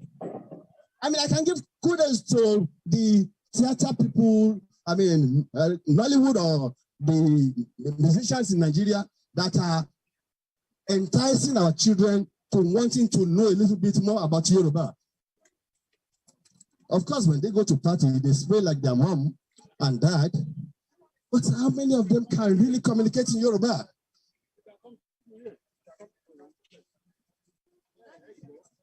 So the problem here is many years ago, my main mentor, Fela Anikulapo, did a song and call it colonial mentality. You be saying you be colonial woman, you don't be slave long before, then don't release you now, but you never release yourself. I say you never release yourself. You be saying you be colonial man, you don't be slave long before, then don't release you now, but you never release yourself. Okay, what is it saying? If the pretenders that call our colonial masters say they are leaving you, why are you still embracing everything about them? Why can't you release yourself from that bondage? What is the problem with us as a people for us not getting out there and do our thing for ourselves for the benefit of our people? Not benefit today, not benefit tomorrow, but benefit for many, many, many years, for millions of years ahead of us. And the only way we can go about it is by going back to my APR. But before I touch APR, slavery is not possible in Yoruba land without the assistance or the enablers of the Yorubas. We have to have people amongst us selling us into bondage. We have to have people among us selling us into bondage. I don't want to mention names here, but I know from history.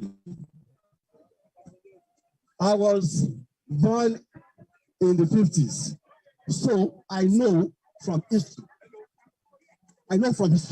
That whatever we do is going to haunt us. All the Yorubas that they call themselves leaders, that we thought were representing Yoruba interests at that time, they never represented our interests. They failed us. I don't want to mention Akitola. I don't want to mention, even MKO failed us. He makes sure that you never ever hear of Awolowo by using Concord newspaper to kill Tribune, and he has money to suppress Tribune at that point. Madam Olitiri is really doing a great job to redeem that name. She's doing a great job to redeem that name, and I pray God make it possible for her. I mean, what is this young man that they call Asiwaju Awon Ajoji? Yes. What is he doing? What is he doing? I was in Lagos some times ago, and one market in Olootu was on fire. They called him, he did not do nothing. He did not even come there. Shasha market was on fire. He did not do anything. Kano market went on fire. The next day, Ashaju was there. So, I mean, I'm not going to, like I said, I don't want to mention him. Let's come back home. Let's come back here now.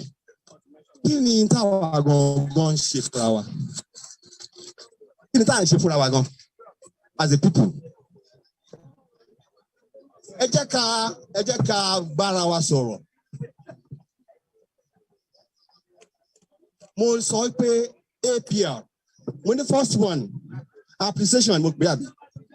Ó tí mo mean by appreciation ni pé ẹ jẹ́ ká try láti máa appreciate effort tí ọ̀kọ̀ọ̀kan wa bá put in sínú iṣẹ́ tá à ń ṣe. Regardless of how small it is. Mọ́mì kan ló gbé flag dání yẹn. Àwọn kan ló ń lo Yoruba media. All this effort must be appreciated. Òjíṣẹ́ Ọlọ́run kan, ó ń kó àwọn ọmọ ẹ̀yìn ẹ̀, ó ń kó wọn lọ sóde. Wọ́n wá dé oko kan. Wọ́n wá bá èèyàn kan tó ń ba oko olóko jẹ́. Òjíṣẹ́ Ọlọ́run yẹn wá dúró. Ó ní ó fún iṣẹ́ o, ó kú àìmọ̀ tó ń ṣe. Wọ́n tún lọ síwájú, wọ́n tún dóko mìíràn, ó tún bá èèyàn kan tó ń tún oko olóko ṣe. Wọ́n ní ó kú iṣẹ́ o, ó kú àìmọ̀ tó ń ṣe. Àwọn tó wá lẹ́yìn wá ń bí pé òjíṣẹ́ Ọlọ́run, èèyàn kan oko olóko jẹ́, ó ní ó kú iṣẹ́, ó kú àìmọ̀ tó ń ṣe. Èèyàn kan tó tún ṣe, ó ló kú iṣẹ́, ó kú àìmọ̀ tó ń ṣe. Ìdí tó fi sọ, òjíṣẹ́ Ọlọ́run wá sọ fún ẹ pé ìdí tó fi sọ bẹ́ẹ̀ ni pé àtẹ tó ń tún nǹkan oní nǹkan ṣe. Àtẹni tó ń ba nǹkan ní nǹkan jẹ́ gbogbo wọn ló máa jèrè ẹ̀. Ṣé rí iṣẹ́ tá a ń ṣe yìí gbogbo wa ta filé wa lẹ̀ iṣẹ́ tá a ń ṣe yìí a lè má mọ̀ o à ń tún nǹkan ní nǹkan ṣe ni nítorí pé púpọ̀ nù wa àtọkọ o àtayá o àtọmọ o gbogbo Amẹ́ríkà mi lọ́wọ́ a dẹ̀ fẹ́ tó rí àwọn tó wà Nàìjíríà sí ẹ rí pé kò sí kẹ́ má jèrè ẹ kò sẹ́ni tó máa stop ní láti má jèrè ẹ. Nítorí pé tó bá ń ṣe dáadáa, ó máa jẹ èrè dáadáa ni. Because kò sọ́nà méjì dáadáa la máa fi sọ dáadáa. Nature ni kò ní kankan ṣe pẹ̀lú Bible àbí Quran. Ẹ tó bá ṣe dáadáa ló máa gbà. Ìkejì nínú tí mo fẹ́ rán ara létí ni perseverance. A ni appreciation. P perseverance. Ṣé rí ohun tá à ń ṣe yìí ó máa rọ̀ fún o. Ẹ jẹ́ ká máa rọra létí o, ó máa rough gan. Ìgbà mi a máa ṣe ìbàjẹ́ a máa jà.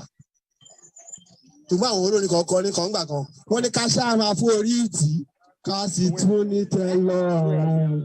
Mo fẹ́ o bóyá àwọn rere yẹ. Mo fẹ́ ká máa forí ìtì o, mo fẹ́ ká ní tẹ́lọ́rùn. Ẹlẹ́ẹ̀kẹta ń bẹ̀ òun ni respect. Àrùn yẹn òun ni respect. Ká máa respect àtọmọdé ni o àtàgbàlagbà ni o àtọmọbìnrin ni o àtọkùnrin ni o ká máa respect ara wa nítorí pé tá a bá fúnra wa lọ́wọ́ yẹn la máa lè fi débi tá à ń lọ o Ọlọ́run á jẹ́ ká lè débẹ̀ o Ọlọ́run á jẹ́ ká lè débẹ̀ o inú yẹn á gbọ́ ara yẹn á yá o mo dúpẹ́ o tẹ́ fún mi ní ọkọ̀ tó ti láti sọ yìí.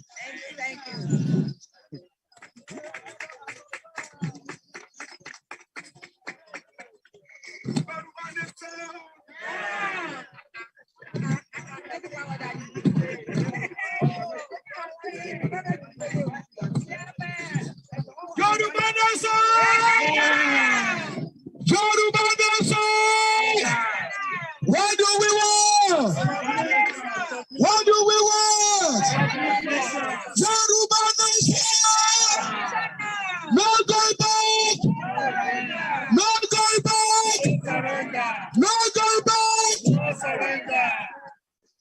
A máa pe àwọn màmá wa. Màmá kan bí ọkùnrin mẹ́wàá. Màmá no nonsense. Màmá tí ò gbàgbẹ̀rẹ̀. Ìyá láyà gbogbo wa. Ìyá tó jìyà lọ. Ìyá gbogbo wa nìyẹn. Yoruba nation! Either they like it or not, we will get our land. Either they like it or not, we will get our land. We are not going to look back. No going back. No surrender. No retreat. No surrender. God bless you, ma. Thank you, sir. God bless you. God bless everybody here. One woman battalion.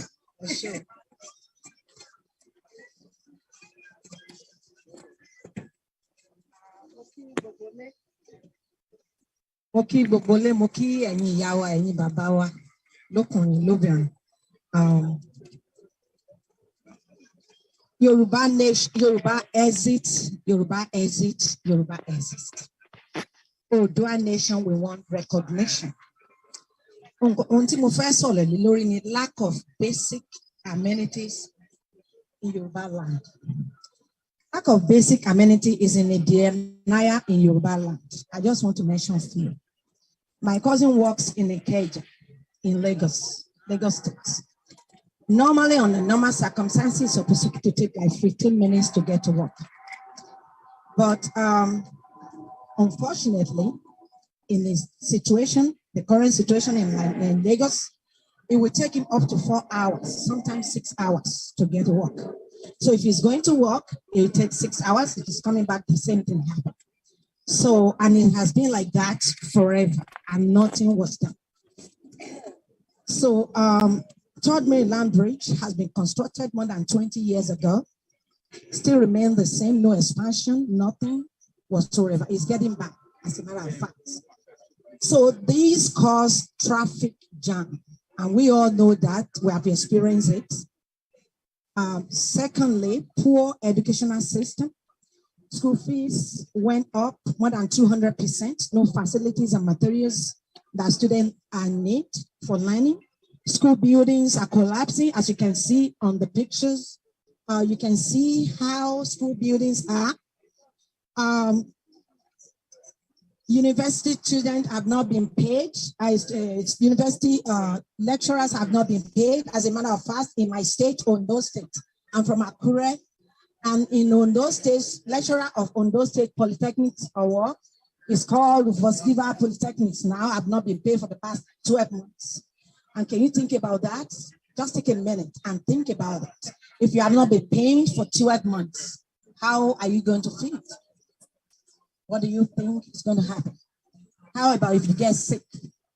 So that is the kind of situation we find ourselves in Nigeria. Government act as if nothing is happening. Their children study abroad. Most of them are in this country, some in Europe, all over the world. And the money they are using to pay for their children's school fees abroad are the money that's supposed to be used to develop the country. But they are using it for their own selfish interest. The educational sector is in a denial. Recently, the Minister for Education walked out of students that went to his office. They asked him a simple question, very simple question. They asked him, they said, Mr. Minister, they said, why is it that your children are schooling abroad? Why don't they school in Nigeria? He walked out of them because he has no answer for that question. They asked him why he cannot buy what he's selling. At least if you are selling any product, you should be able to use that product. He was not able to buy that product. So think about it for a second. Poor health institutions and facilities, our hospital are mere mortuaries. Doctors have been on strike since August 2nd, 2021. Think about that. If anybody is sick and went to the hospital and there is no doctors. So most of our doctors are traveling around the world. we left in a situation that one doctor will be attending to like maybe 80 patients, 100, and just think about what happened recently this past Sunday. So the people that are supposed not to die are dying as a result of no doctors whatsoever. So those are the things that we are going through in Nigeria as of today. Inadequate power supply has been ongoing for a long time.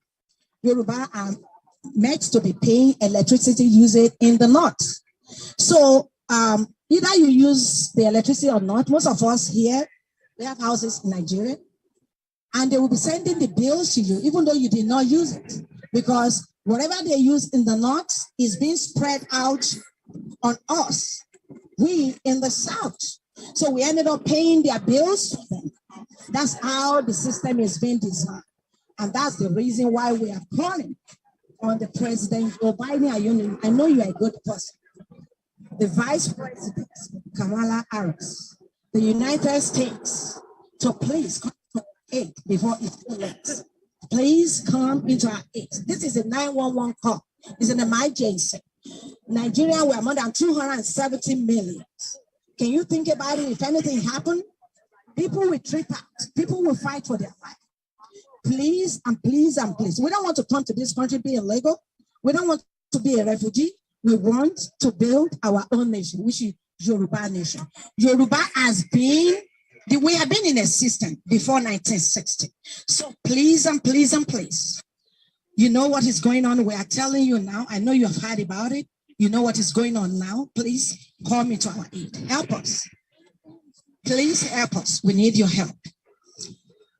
Yoruba are meant to be paying the electricity usage once again in the north. A lot of companies move out to a neighboring country. Some cities are living in total darkness. It's like hell in the cell. Our poor drainage system in Yoruba territory that lead to flooding during rainy season. You don't want to experience that. You don't want to. Because during the rainy season, I don't know how to describe it. Lack of unemployment opportunity due to corruption. There's a lot of unemployment, of which you know is at the high level. Denial of right to live happen every day just on June 5th. This Fulani herdsmen went to our church and bumped people up, shot as many as they can in Ondo State. And the president did nothing about it. Absolutely nothing about it. And as a matter of fact, the television station are not allowed to say anything about it. Because anybody that Fulani killed, if they say something about it, they will shut them down. Those are the things we're going through. So April 2nd, 2022, the same Fulani attacked the government moving train, killed 8 people, injured 25, kidnapped 168, up to now, as we are here, me and you. The president, whatever I call himself, Buhari, cannot say anything about it. Those people are still in the hands of Fulani herdsmen. He didn't care about them, but what they are saying is their election. Even though the job that we hired him for, he's not doing the job. And he wanted to go for another one again. Those are the things that we are going through in Nigeria. With all this ongoing, with the Southwest Yoruba people said enough. The country, Nigeria, has expired. Things that expire will not yield any good things. The amalgamation of 1914 have expired. So, for example, if you buy any milk in the store, when they expire, the taste, even though you do not check about the date, the taste of that milk will let you know that this milk have expired. And that is what we are going through in Nigeria, because that Nigeria, the country itself, have expired. So, what we are saying now, we, the Yoruba people, we, the Yoruba, need recognition of our sovereignty.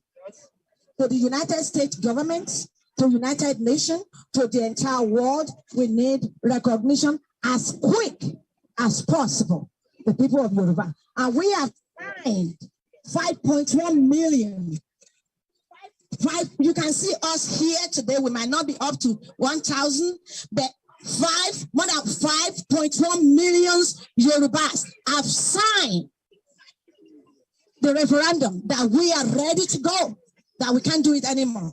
Enough is enough. Thank you, President Biden. Thank you, Vice President Kamala Harris. And thank you, the Department of State, because I know you're going to do the right thing and you will do it as quick as possible. Thank you. God bless you. God bless you, United States. God bless the Yoruba nation. God bless you all. One woman battalion.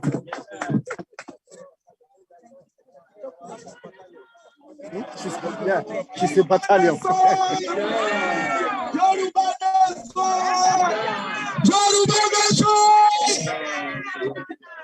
Pariwo tó tirẹ̀ wá ní.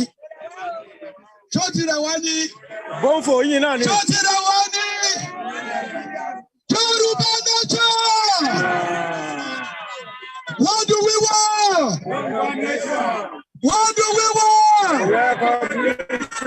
What do we want?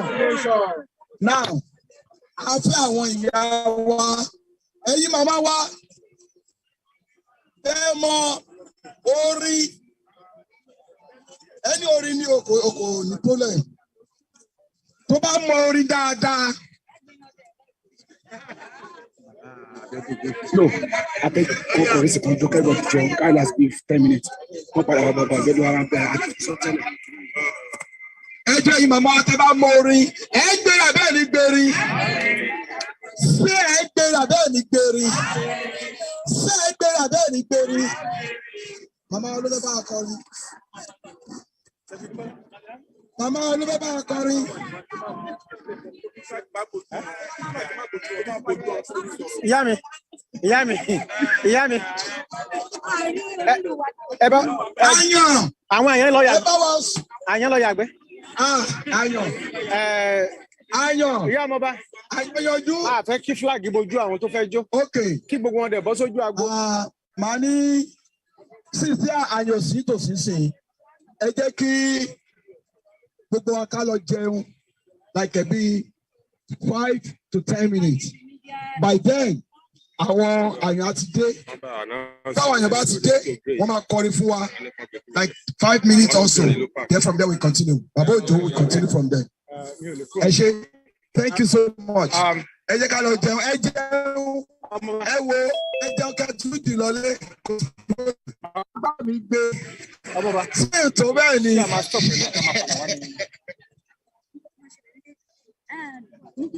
Kí wọ́n bá wa communicate àwọn èèyàn tí wọ́n ti lọ ní. Mr. AY, everybody, Yoruba Kingdom, Otunba Olabode, we are just going to have a break for now to all those who are watching us, and we'll be back so they can talk to people about what is going on in Nigeria, the election and everything. But as per the rally, we are going to come back shortly after a brief break. Thank you, everyone. And stay blessed. Thank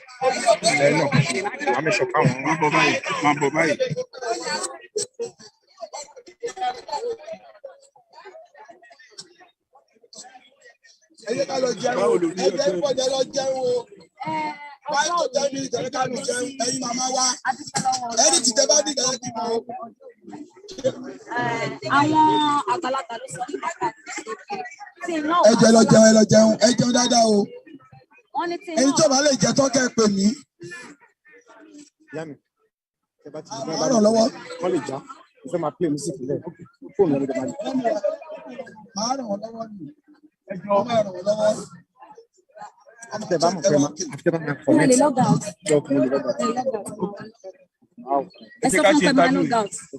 So we are Citizen AY, we are logging out, but you people can still stay in the Zoom link. You can still stay on the Zoom. So we'll log back in few minutes. We'll log back in few minutes.